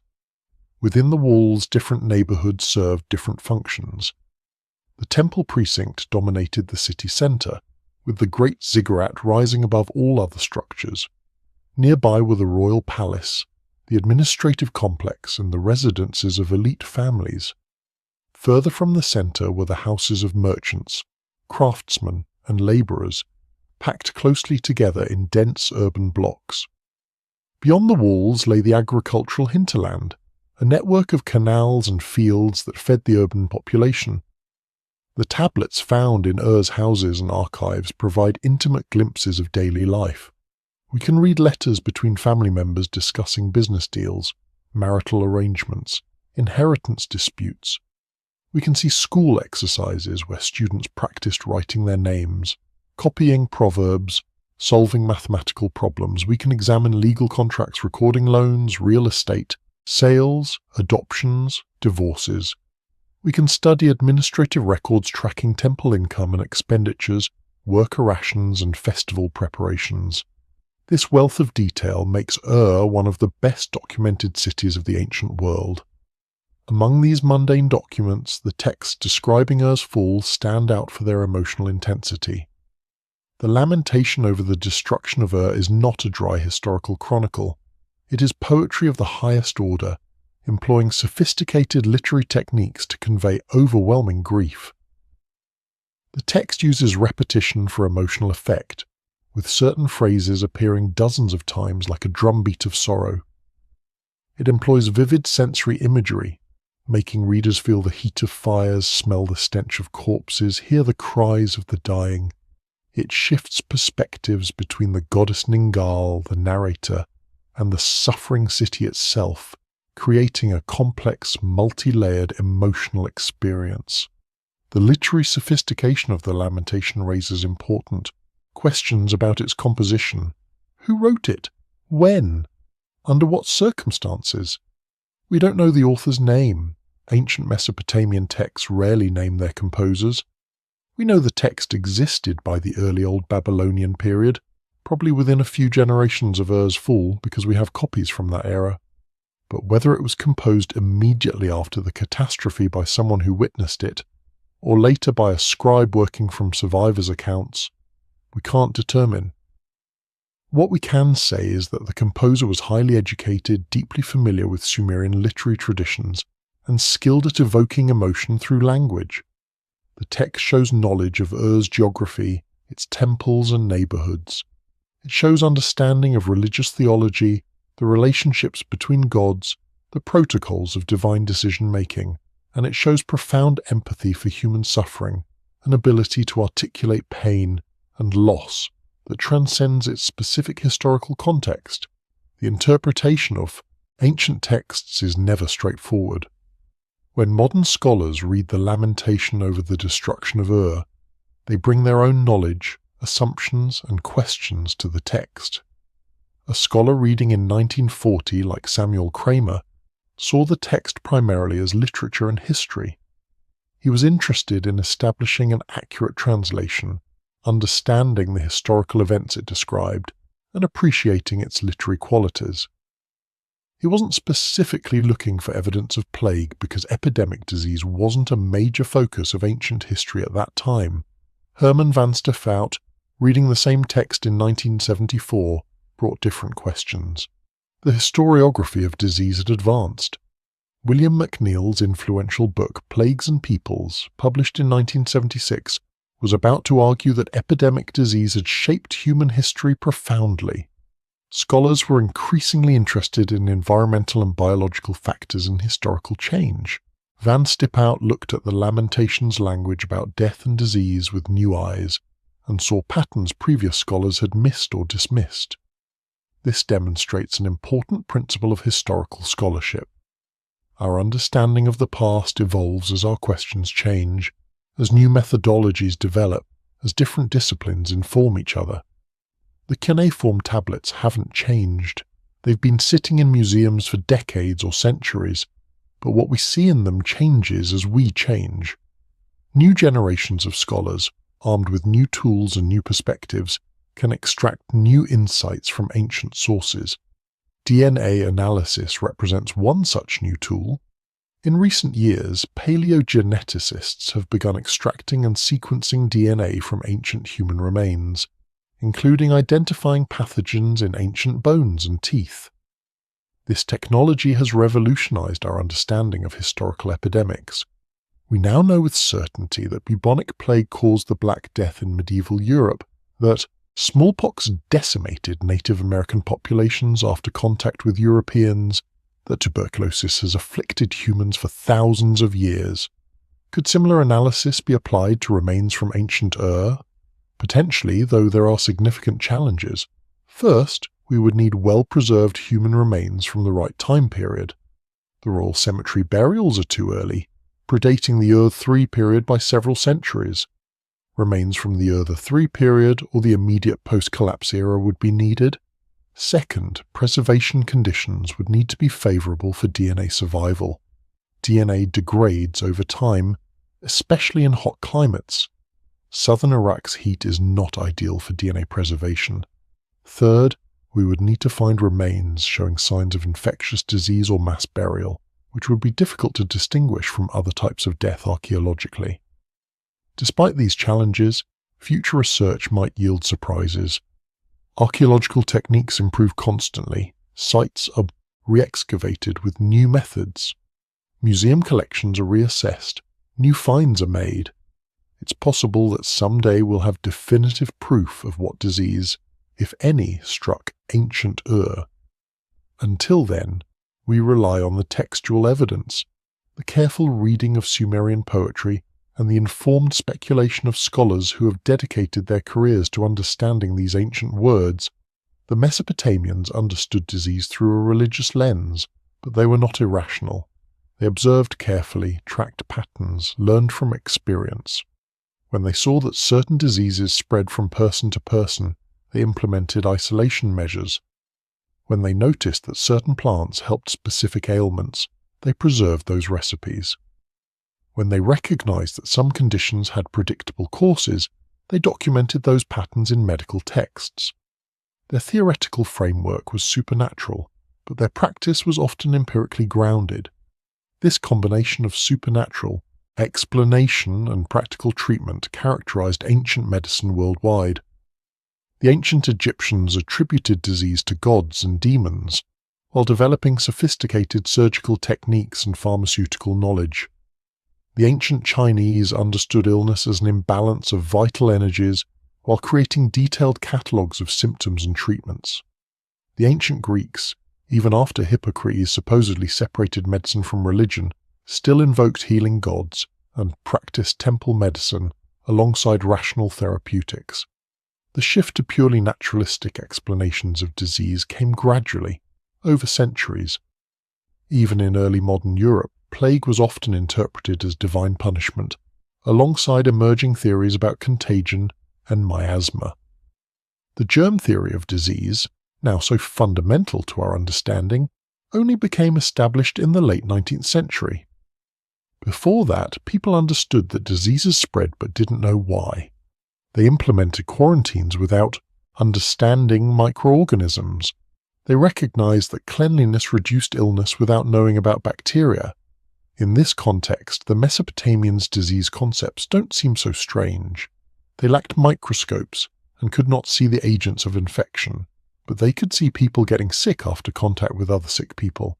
They could observe that some diseases spread widely while others didn't. They could track the progress of illnesses and note which treatments helped. Their supernatural framework provided explanations for what they observed, gave meaning to suffering, and suggested courses of action through ritual and magic. When plague struck a Mesopotamian city, the response combined every available resource. Physicians treated symptoms with herbal medicines and practical nursing care. Exorcists performed protective rituals to drive away evil spirits and appease angry gods. Administrators tried to maintain food supplies and social order. Religious authorities organized prayers and sacrifices. Community members cared for sick family and neighbors. Everyone did what they could according to their role and understanding. These responses, while not sufficient to stop a major epidemic, weren't entirely useless. Quarantine and isolation, motivated by magical fears of demonic contagion, still reduced disease transmission. Fumigation with medicinal plants could have antimicrobial effects. Ritual washing promoted hygiene. Charitable distributions of food helped the poor survive periods when they couldn't work due to illness. Community solidarity, reinforced through shared religious observances, helped people cope psychologically with overwhelming disaster. The psychological aspect of the Mesopotamian response to plague deserves particular attention. Facing epidemic disease without understanding its cause must have been terrifying. People died seemingly at random. Healthy individuals sickened and died within days. No precaution guaranteed safety. In such circumstances, maintaining social cohesion and preventing panic was crucial. Religious explanations and rituals served this function. They provided a framework for understanding what was happening, identified actions people could take to protect themselves, and assured them that the gods had not completely abandoned them. The lamentation over the destruction of Ur served a similar psychological function for later generations. It showed that catastrophic disasters had happened before and that civilization had survived. It articulated grief in culturally appropriate forms, giving people ways to express and process their sorrow. It located suffering within a theological framework that, while not eliminating pain, made it bearable by giving it meaning. And it provided hope by ending not with destruction, but with prayers for restoration, implying that recovery was possible. This therapeutic function of lamentation poetry was recognized in ancient Mesopotamia. The texts were not just historical records or literary exercises. They were performative works, recited aloud, possibly with musical accompaniment in religious contexts. The act of collective lamentation, of gathering to mourn together, helped communities process trauma. Modern psychology recognizes the healing power of such communal mourning. The Mesopotamians intuited this millennia ago and created ritual structures to facilitate it. The question of why the Ur-3 empire collapsed has no single answer.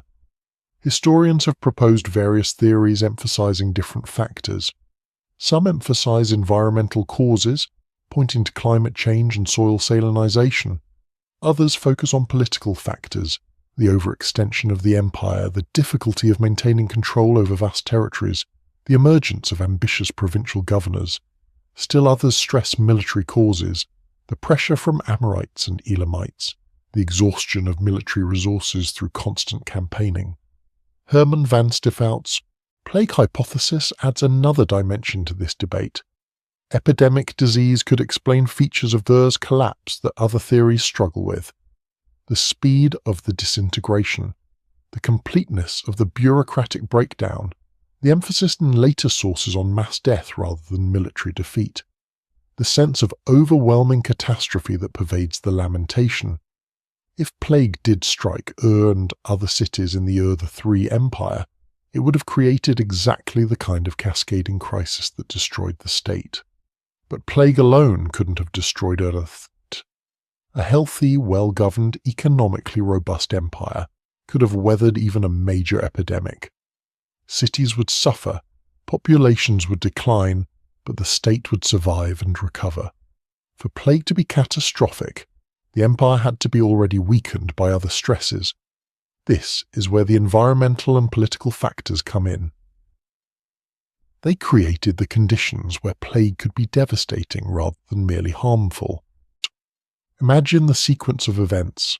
Environmental degradation reduces agricultural productivity. Harvests decline. Food becomes scarcer and more expensive. Malnutrition increases, weakening immune systems. Meanwhile, political instability grows. Provincial governors become more independent, less responsive to central authority. Tax revenue declines. The state can't maintain infrastructure or pay its employees reliably. Military resources are stretched thin fighting Amorite incursions. Morale declines. Into this already stressed situation comes plague, perhaps introduced by merchants or soldiers traveling through the region. Perhaps endemic disease flaring up because malnutrition has made populations more susceptible. The disease spreads rapidly through crowded urban populations. Mortality soars. Agricultural workers die, leaving crops unharvested. Craftsmen die, halting production. Scribes die, disrupting administration. Soldiers die, weakening defenses. The stress system simply can't cope with this additional shock. As cities sicken and die, communication breaks down. Provinces stop reporting to the capital. Trade routes close as merchants refuse to travel through plague zones.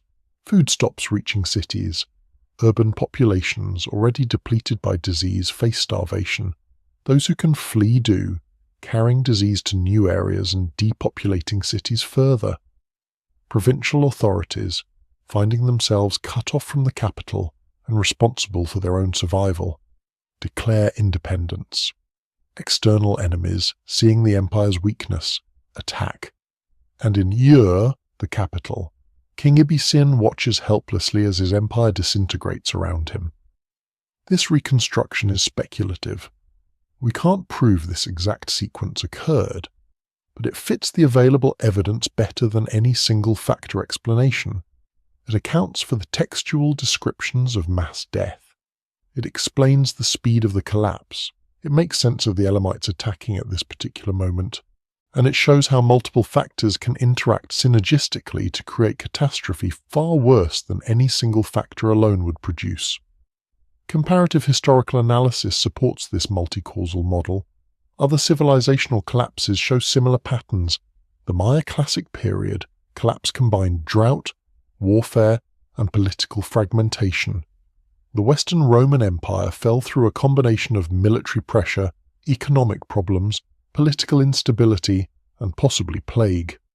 The Bronze Age collapse around 1200 BCE involved climate change, invasion by sea peoples, internal revolts, and systemic failures. Major historical catastrophes rarely have single causes. They result from perfect storms where multiple problems converge simultaneously, overwhelming society's capacity to respond. The parallels between ancient Ur's experience and more recent epidemics are striking and sobering. The Black Death that devastated medieval Europe in the 14th century killed perhaps a third to half of the population in affected areas. Contemporary accounts describe mass death, bodies piling up faster than they could be buried, social breakdown, economic collapse, religious crises as people questioned why God allowed such suffering. The accounts sound remarkably similar to the lamentation over the destruction of Ur, despite being written 2,000 years later in completely different cultures. The Spanish conquest of the Americas involved epidemic disease as a crucial factor. Smallpox, measles, and other Old World diseases killed millions of Native Americans who had no immunity. Some estimates suggest mortality rates of 90% or more in some populations. European conquest would have been impossible without this unintentional biological warfare. The Aztec and Inca empires didn't fall primarily because of superior Spanish military technology. They fell because epidemic disease had already devastated their populations and destroyed their political structures. The 1918 influenza pandemic killed perhaps 50 million people worldwide, more than died in World War I. It struck suddenly, spread globally within months, killed disproportionately young, healthy adults rather than the usual vulnerable populations of elderly and infants. Societies struggled to cope. Medical systems were overwhelmed, morgues overflowed, cities implemented quarantines and social distancing, economies suffered, and the psychological trauma lasted for generations, though the pandemic itself was curiously forgotten, overshadowed by the war.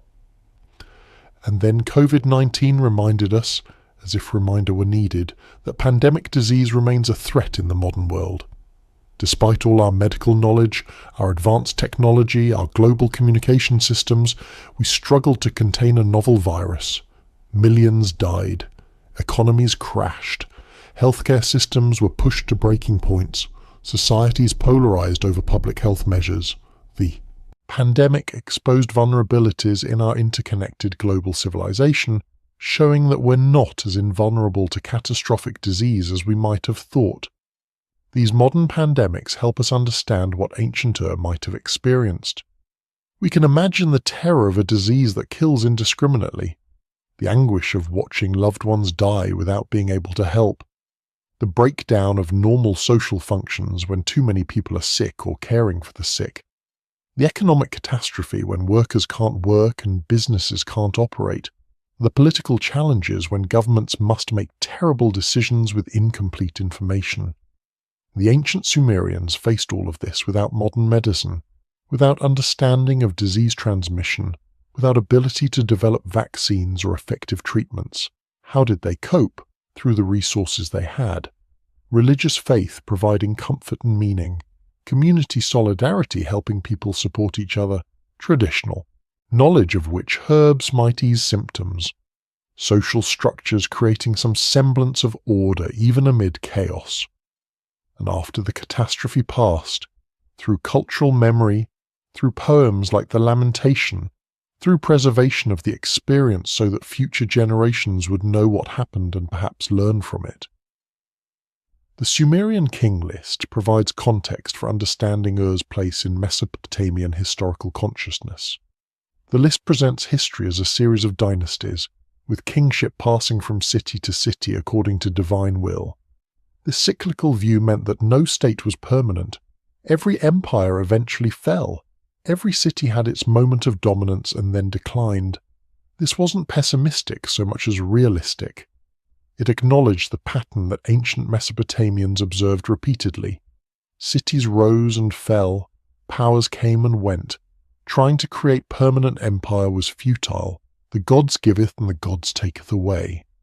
This worldview had psychological benefits. When catastrophe struck, when your city fell and your empire collapsed, it wasn't unprecedented. It was part of the pattern. Other cities had fallen before and recovered. Kingship would come again, if not to your city, then to another, and eventually perhaps back to yours. This long view prevented complete despair. It suggested that what seemed like the end was actually just a transition, a terrible transition, but one that had happened before and would happen again. The antediluvian section of the king list, with its impossibly long reigning kings before the flood, served a different function. It marked a fundamental break between the primeval age and historical times. Before the flood, things were different. Kings lived for tens of thousands of years. The world operated by different rules. Then came the flood, the ultimate catastrophe, destroying everything. After the flood, the world began again, but differently. Kings reigned for shorter periods. Human lifespans were limited. The perfect primeval age was gone forever. This mythology served to explain why the present world seemed imperfect. Why did people suffer? Why did they die? Why were lives short and full of hardship? Because the flood had changed everything. The pre-flood paradise was lost. Humans now lived in a fallen world, cut off from the divine perfection that once was. But the memory of that perfection remained in myths and texts, a reminder of what had been lost and perhaps what might someday be restored. The Eridu-Genesis and other Sumerian flood narratives provide variations on this theme. In these stories, the gods create humans to serve them, to work the land and provide offerings. But humans multiply and become noisy, disturbing the gods' rest. The gods decide to destroy humanity with a flood. One righteous man, warned by a sympathetic god, builds a boat and saves himself, his family and animals. After the flood, the gods regret their hasty decision and promise not to destroy humanity again. They grant the survivor immortality and re-establish civilization. These flood stories parallel the biblical narrative closely enough to suggest influence, though the direction of influence and the exact relationships remain debated. Did the biblical authors borrow from Mesopotamian traditions? Did both draw on earlier common sources? The similarities are too striking to be coincidental. Both have a great flood destroying humanity. Both have a righteous man building an ark to survive. Both have the flood survivor sending out birds to test whether the waters have receded. Both end with the survivor offering sacrifice and receiving divine blessings. But the differences are equally significant. The biblical narrative is monotheistic, with one God making all decisions. The Mesopotamian versions are polytheistic, with conflicts between gods driving events. The biblical flood is explicitly moral punishment for human wickedness. The Mesopotamian floods result from various causes, including simply that humans were too noisy. The biblical Noah is saved because of his righteousness. The Mesopotamian heroes are saved because one god favors them, not necessarily because they're particularly virtuous. These similarities and differences tell us about cultural transmission and transformation in the ancient Near East.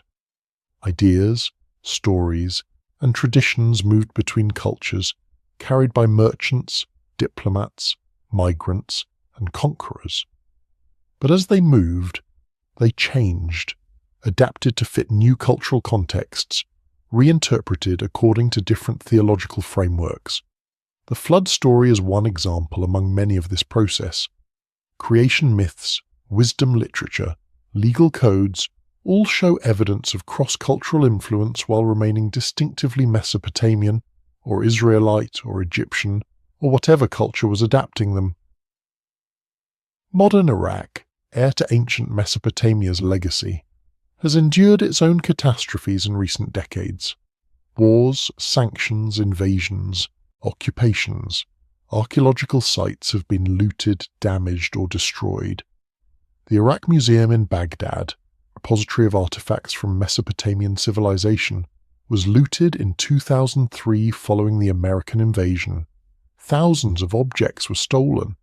Many have been recovered through international cooperation, but many remain missing. Some priceless artifacts were destroyed by looters who smashed display cases and scattered contents. Some were sold on the black market and may resurface decades from now in private collections or museum holdings. ISIS's occupation of parts of Iraq from 2014 to 2017 brought new destruction. The group deliberately destroyed archaeological sites and museum collections, considering them idolatrous. Ancient cities like Nimrud, Nineveh, and Hatra suffered damage. Artifacts were smashed, buildings bulldozed, reliefs defaced. ISIS also looted sites systematically, funding their operations through illegal antiquities sales. The full extent of the damage remains unclear as many sites haven't been fully assessed since liberation. These modern disasters echo ancient ones in painful ways: invaders destroying cities, cultural heritage lost to violence and neglect, people displaced, killed, their stories forgotten. The cycle of rise and fall that the Sumerian king list documented continues, but there are also differences. We have the capacity to document, preserve, and transmit knowledge in ways the ancients couldn't imagine. Digital archives store information in multiple locations.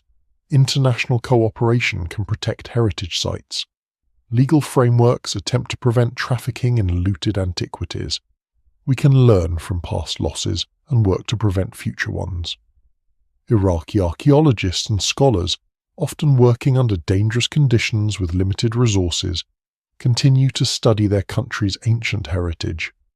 They excavate sites, publish findings, train students, and fight to preserve what remains. International partnerships support this work, though political instability and security concerns often limit what's possible.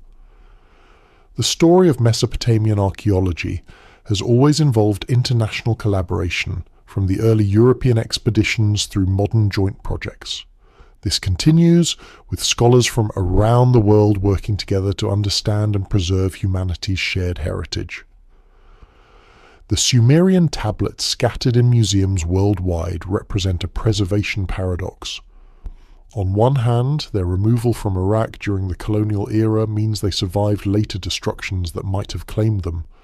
On the other hand, their dispersal means that related texts are separated, making scholarly work more difficult, and Iraqi scholars must travel abroad to study their own heritage. There's no easy answer to questions about repatriation and cultural property. The tablets are simultaneously Iraqi heritage and human heritage. They tell specifically Mesopotamian stories, but speak to universal human experiences. What's clear is that these texts matter. They connect us to our deep past, showing us how people lived and thought 4,000 years ago. They demonstrate human creativity, the invention of writing, and its development into a tool for recording everything from grain receipts to profound poetry. They preserve voices that would otherwise be lost, allowing ancient Sumerians to speak to us across the millennia. And they remind us that we are part of a long continuum, that the challenges we face have been faced before, that we can learn from our ancestors' successes and failures. The plague that may have killed thousands in ancient Ur, documented in Sumerian texts and analyzed by modern scholars, represents one thread in the vast fabric of human history. It shows us that epidemic disease has shaped civilization from the beginning, It demonstrates the value of written records and scholarly dedication to understanding them. It connects ancient catastrophe to modern experience, showing us that some human challenges transcend time and culture. And it reminds us that even devastating disasters can be survived, that civilizations can recover and rebuild, that memory and meaning can be preserved even when everything else seems lost. As we face our own challenges in the 21st century, with climate change, political instability, pandemic disease, and social fragmentation threatening our interconnected global civilization, we can look back to ancient Ur and see both warnings and reassurances. Warnings that civilizations are fragile, that multiple stresses can combine catastrophically, that what seems permanent can collapse suddenly. But also reassurances that humans are resilient, that we've faced existential threats before and survived, that out of catastrophe can come new understanding and renewed commitment to building something better. The Sumerian scribes who composed the lamentation over the destruction of Ur couldn't have imagined that their words would still be read 4 millennia later. They wrote for their own time, for their own purposes, to mourn their own losses. But in doing so, they created something universal. Poetry that speaks to anyone who has experienced loss. Testimony that reminds us we're not alone in facing catastrophe. Art that transforms suffering into meaning. Memory that ensures the dead not forgotten. This is the gift the ancient Sumerians gave us. Not just the invention of writing or mathematics or law, important as those were, but the demonstration that we can face the worst that fate can throw at us and still create beauty, still preserve memory, still hope for better. The tablets they wrote, pressed into clay and baked by fire, survived because they were made of earth itself, the most fundamental material. Their words survived because they expressed fundamental truths about human experience. And their legacy survives because each generation rediscovers their relevance. Finding in ancient texts answers to modern questions. If you found this exploration of ancient Mesopotamia, of plague and civilization, of clay tablets and forgotten languages, meaningful and thought-provoking, I invite you to continue the conversation. Like this video if you'd like to see more content exploring ancient history and its relevance to our modern world. Subscribe to the channel to join a community of people fascinated by the deep past. And please leave a comment sharing your thoughts, your questions, or your own reflections on what we can learn from ancient catastrophes. What aspects of this story resonated most with you? The medical history, the ancient understanding of disease, the religious mythology, the gods of plague and death, the archaeological discoveries that brought this lost world to light, the literary analysis, the careful reading of poetry to extract historical truth, or the universal human dimensions, the grief and resilience that connect us across time to people we'll never meet but whose experiences we can still understand. History is not dead. The past is not gone. Every clay tablet translated, every archaeological site excavated, every ancient mystery investigated, brings the past into conversation with the present. We're all connected to those ancient Sumerians who lived and died in Ur 4,000 years ago. Their DNA flows in modern populations. Their inventions shape our world. Their stories inform our understanding. Their struggles mirror our own. We are their descendants, not just biologically but culturally, inheriting the world they built and the knowledge they preserved. Thank you for joining me on this journey through time, through the ruins of ancient Ur, through the lamentations poetry of grief, through the plague that may have killed thousands. Thank you for your curiosity, your attention, your willingness to engage with difficult topics and complex ideas. The work of understanding the past never ends. There are always more tablets to translate, more sites to excavate, more insights to discover. The conversation continues. Stay curious, keep questioning, keep learning. And remember that we are part of something larger than ourselves, a chain of human experience and understanding stretching back to the beginning of civilization and forward into an unknown future. Until next time. The legacy of Sumerian civilization extends far beyond the physical artifacts in museums or the tablets in scholarly archives. It lives in the very structure of our world. When we use writing to preserve information, we're using a Sumerian invention. When we divide hours into 60 minutes and minutes into 60 seconds, we're using Sumerian mathematics. When we look to written law codes as foundations of justice, we're following a path the Sumerians pioneered. When we build cities with specialized zones for different functions, we're adapting Sumerian urban planning.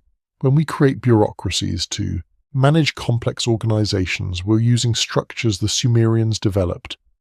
But perhaps most fundamentally, the Sumerians showed us that human culture could accumulate and be transmitted across generations through writing. Before writing, each generation had to learn everything anew from their elders through oral transmission. Cultural knowledge was limited by what could be remembered and passed on through speech. Writing changed everything. Now experiences could be recorded, knowledge could accumulate, wisdom could be preserved and built upon. A scribe in Ur could read texts composed centuries earlier. A student could learn from teachers long dead. Ideas could travel across space and time, spreading from culture to culture, being adapted and transformed but maintaining continuity. This is why the lamentation over the destruction of Ur matters so much. It's not just evidence for a possible plague 4,000 years ago, it's proof that humans can transform catastrophic suffering into meaningful cultural expression, that we can create beauty from horror, art from anguish, that we can ensure our experiences are not forgotten, that our voices continue to speak even after death. The Sumerian scribes who wrote about Ur's fall did more than record events. They created meaning, shaped memory, offered consolation to the bereaved, and warned future generations about civilization's fragility. We are those future generations. When we read the lamentation today, when scholars translate its cuneiform script and analyze its language, when students study it in universities, when documentaries like this discuss its significance, we are fulfilling the scribe's intention. We are remembering. We are learning. We are connecting across the vast gulf of time to people whose language is dead, whose gods are forgotten, whose cities are ruins, but whose humanity remains accessible through the words they wrote. This is the ultimate victory over time and death. Ur fell, its empire collapsed, its people died or scattered. But the memory survived. The story was preserved. The dead are not forgotten. The suffering was not meaningless. The civilization, though destroyed politically and economically, continued culturally. Its language, literature, and learning passed to successor cultures, influencing Babylon, Assyria, and through them eventually reaching the modern world. When we study the Sumerian texts revealing the plague that killed thousands in ancient Ur, we're not engaged in antiquarianism, in dusty academic pursuit of irrelevant ancient trivia. We're connecting with our deepest human heritage, learning from our ancestors' experiences, understanding the patterns that have shaped human history, and gaining perspective on our own challenges. We're participating in the great conversation that spans all of human civilization, adding our voices to those of everyone who has come before, contributing to knowledge that will be passed to those who come after. The clay tablets survive, the words they preserve survive, the human experiences they describe survive, and through them something of the ancient Sumerians themselves survives, speaking to us across 4 millennia, reminding us that we are not so different from them, that the fundamental human experiences of love and loss, hope and fear, triumph and catastrophe, transcend time and culture, connecting us all in our shared humanity. Thank you for listening to this story. Thank you for caring about these ancient people and their experiences. Thank you for being part of the chain of memory that keeps the past alive. And thank you for your willingness to learn from history, to see in ancient catastrophes both warnings and wisdom for our own time. The story of the plague in ancient Ur is ultimately a story about us, about all of us, about what it means to be human, to build civilizations, to face disasters, and to find ways to survive, remember, and carry on until we meet again in our next exploration of human history. Stay safe, stay curious, and stay connected to the past that made our present possible. The connection between ancient plagues and modern epidemics extends beyond superficial similarities. When we examine how societies responded to disease outbreaks across history, we see recurring patterns. The initial denial or minimization of the threat, the struggle between public health measures and individual freedom, the search for scapegoats to blame, the breakdown of social trust, the emergence of profiteers and charlatans offering fake cures, the heroism of healthcare workers and community helpers, the long-term psychological trauma suffered by survivors. All of these patterns appear in accounts of the Black Death, the smallpox epidemics that devastated the Americas, the Spanish flu, and COVID-19. We can assume they appeared in ancient Ur as well, even though the lamentation doesn't describe them explicitly. Human nature doesn't change. The ways people react to existential threats remain consistent across cultures and eras. Understanding this can help us respond better to future crises, learning from both ancient and modern experiences. The environmental dimensions of Ur's collapse also speak to modern concerns. Climate change and environmental degradation contributed to the Ur-3 Empire's fall. Drought reduced agricultural productivity. Soil salinization made fields unusable. The irrigation systems that had sustained civilization for centuries began to fail. Sound familiar? We face similar environmental challenges today, though on a global scale. Climate change threatens agriculture, raises sea levels, increases extreme weather events. Soil degradation reduces crop yields. Water scarcity affects billions. Our responses to these challenges will determine whether our civilization follows Ur's path to collapse or finds sustainable solutions. The political lessons are equally relevant. Ur-3 fell partly because its centralized bureaucratic system was too rigid to adapt to changing circumstances. When the system encountered problems beyond its design parameters, it couldn't adjust. It simply broke. Modern bureaucracies face similar risks. Over-optimization for specific conditions creates brittleness. When unexpected challenges arise, highly specialized systems may fail catastrophically. Building resilience requires redundancy, flexibility, and ability to adapt, even if these qualities seem inefficient in normal times. The scholarly work of understanding ancient texts like the lamentation over the destruction of Ur continues to evolve. New tablets are discovered occasionally, adding to our knowledge. Existing tablets are re-examined with better techniques, revealing details previous generations missed. Comparative linguistics advances, improving our understanding of Sumerian grammar and vocabulary. Digital humanities projects create searchable databases of cuneiform texts, making connections visible that were previously hidden in scattered publications. And new theoretical frameworks from various disciplines offer fresh perspectives on ancient materials. This ongoing scholarship ensures that our understanding of the past remains dynamic rather than static. The story of ancient Ur and its possible plague isn't fixed. It changes as we learn more, as we ask different questions, as we bring new methodologies to bear on ancient evidence. Future scholars will undoubtedly see things in the lamentation that we miss today. They'll have tools and knowledge we lack. They'll ask questions we haven't thought of. This is how knowledge progresses, through cumulative effort across generations, each building on the work of those before. The Sumerians would appreciate this, I think. They valued learning, preserved knowledge, and trained new generations of scholars. They understood that civilization depends on transmitting accumulated wisdom. The scribal schools, where students spent years mastering cuneiform, served this function. The libraries that collected texts from across the centuries preserved knowledge for the future. The teachers who beat students for mistakes but praised them for excellence shaped minds that would carry forward Sumerian learning. Modern education serves similar purposes, though hopefully with less beating. We train new generations of scholars to read dead languages, interpret ancient texts, excavate archaeological sites and preserve cultural heritage. This work will never be complete. There will always be more to discover, more to understand, more connections to make. But that's not a problem. That's what makes the work meaningful.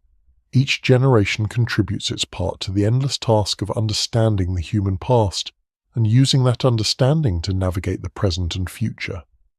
The tale of Sumerian texts revealing the plague that killed thousands in ancient Ur is ultimately a story about human perseverance, about our determination to survive catastrophes, remember our dead, learn from our experiences and pass that knowledge to future generations. It's a story told in clay and cuneiform, in the careful work of archaeologists and scholars, in the academic publications and museum exhibits, and now in this video reaching across the world to people interested in human history. The chain of transmission continues, connecting past to present, ancient Sumerians to modern viewers, clay tablets to digital screens, tragedy to understanding. And with that, we conclude this exploration of ancient Ur, of plague and empire, of lamentation and memory, of clay tablets and the human voices they preserve across the ages.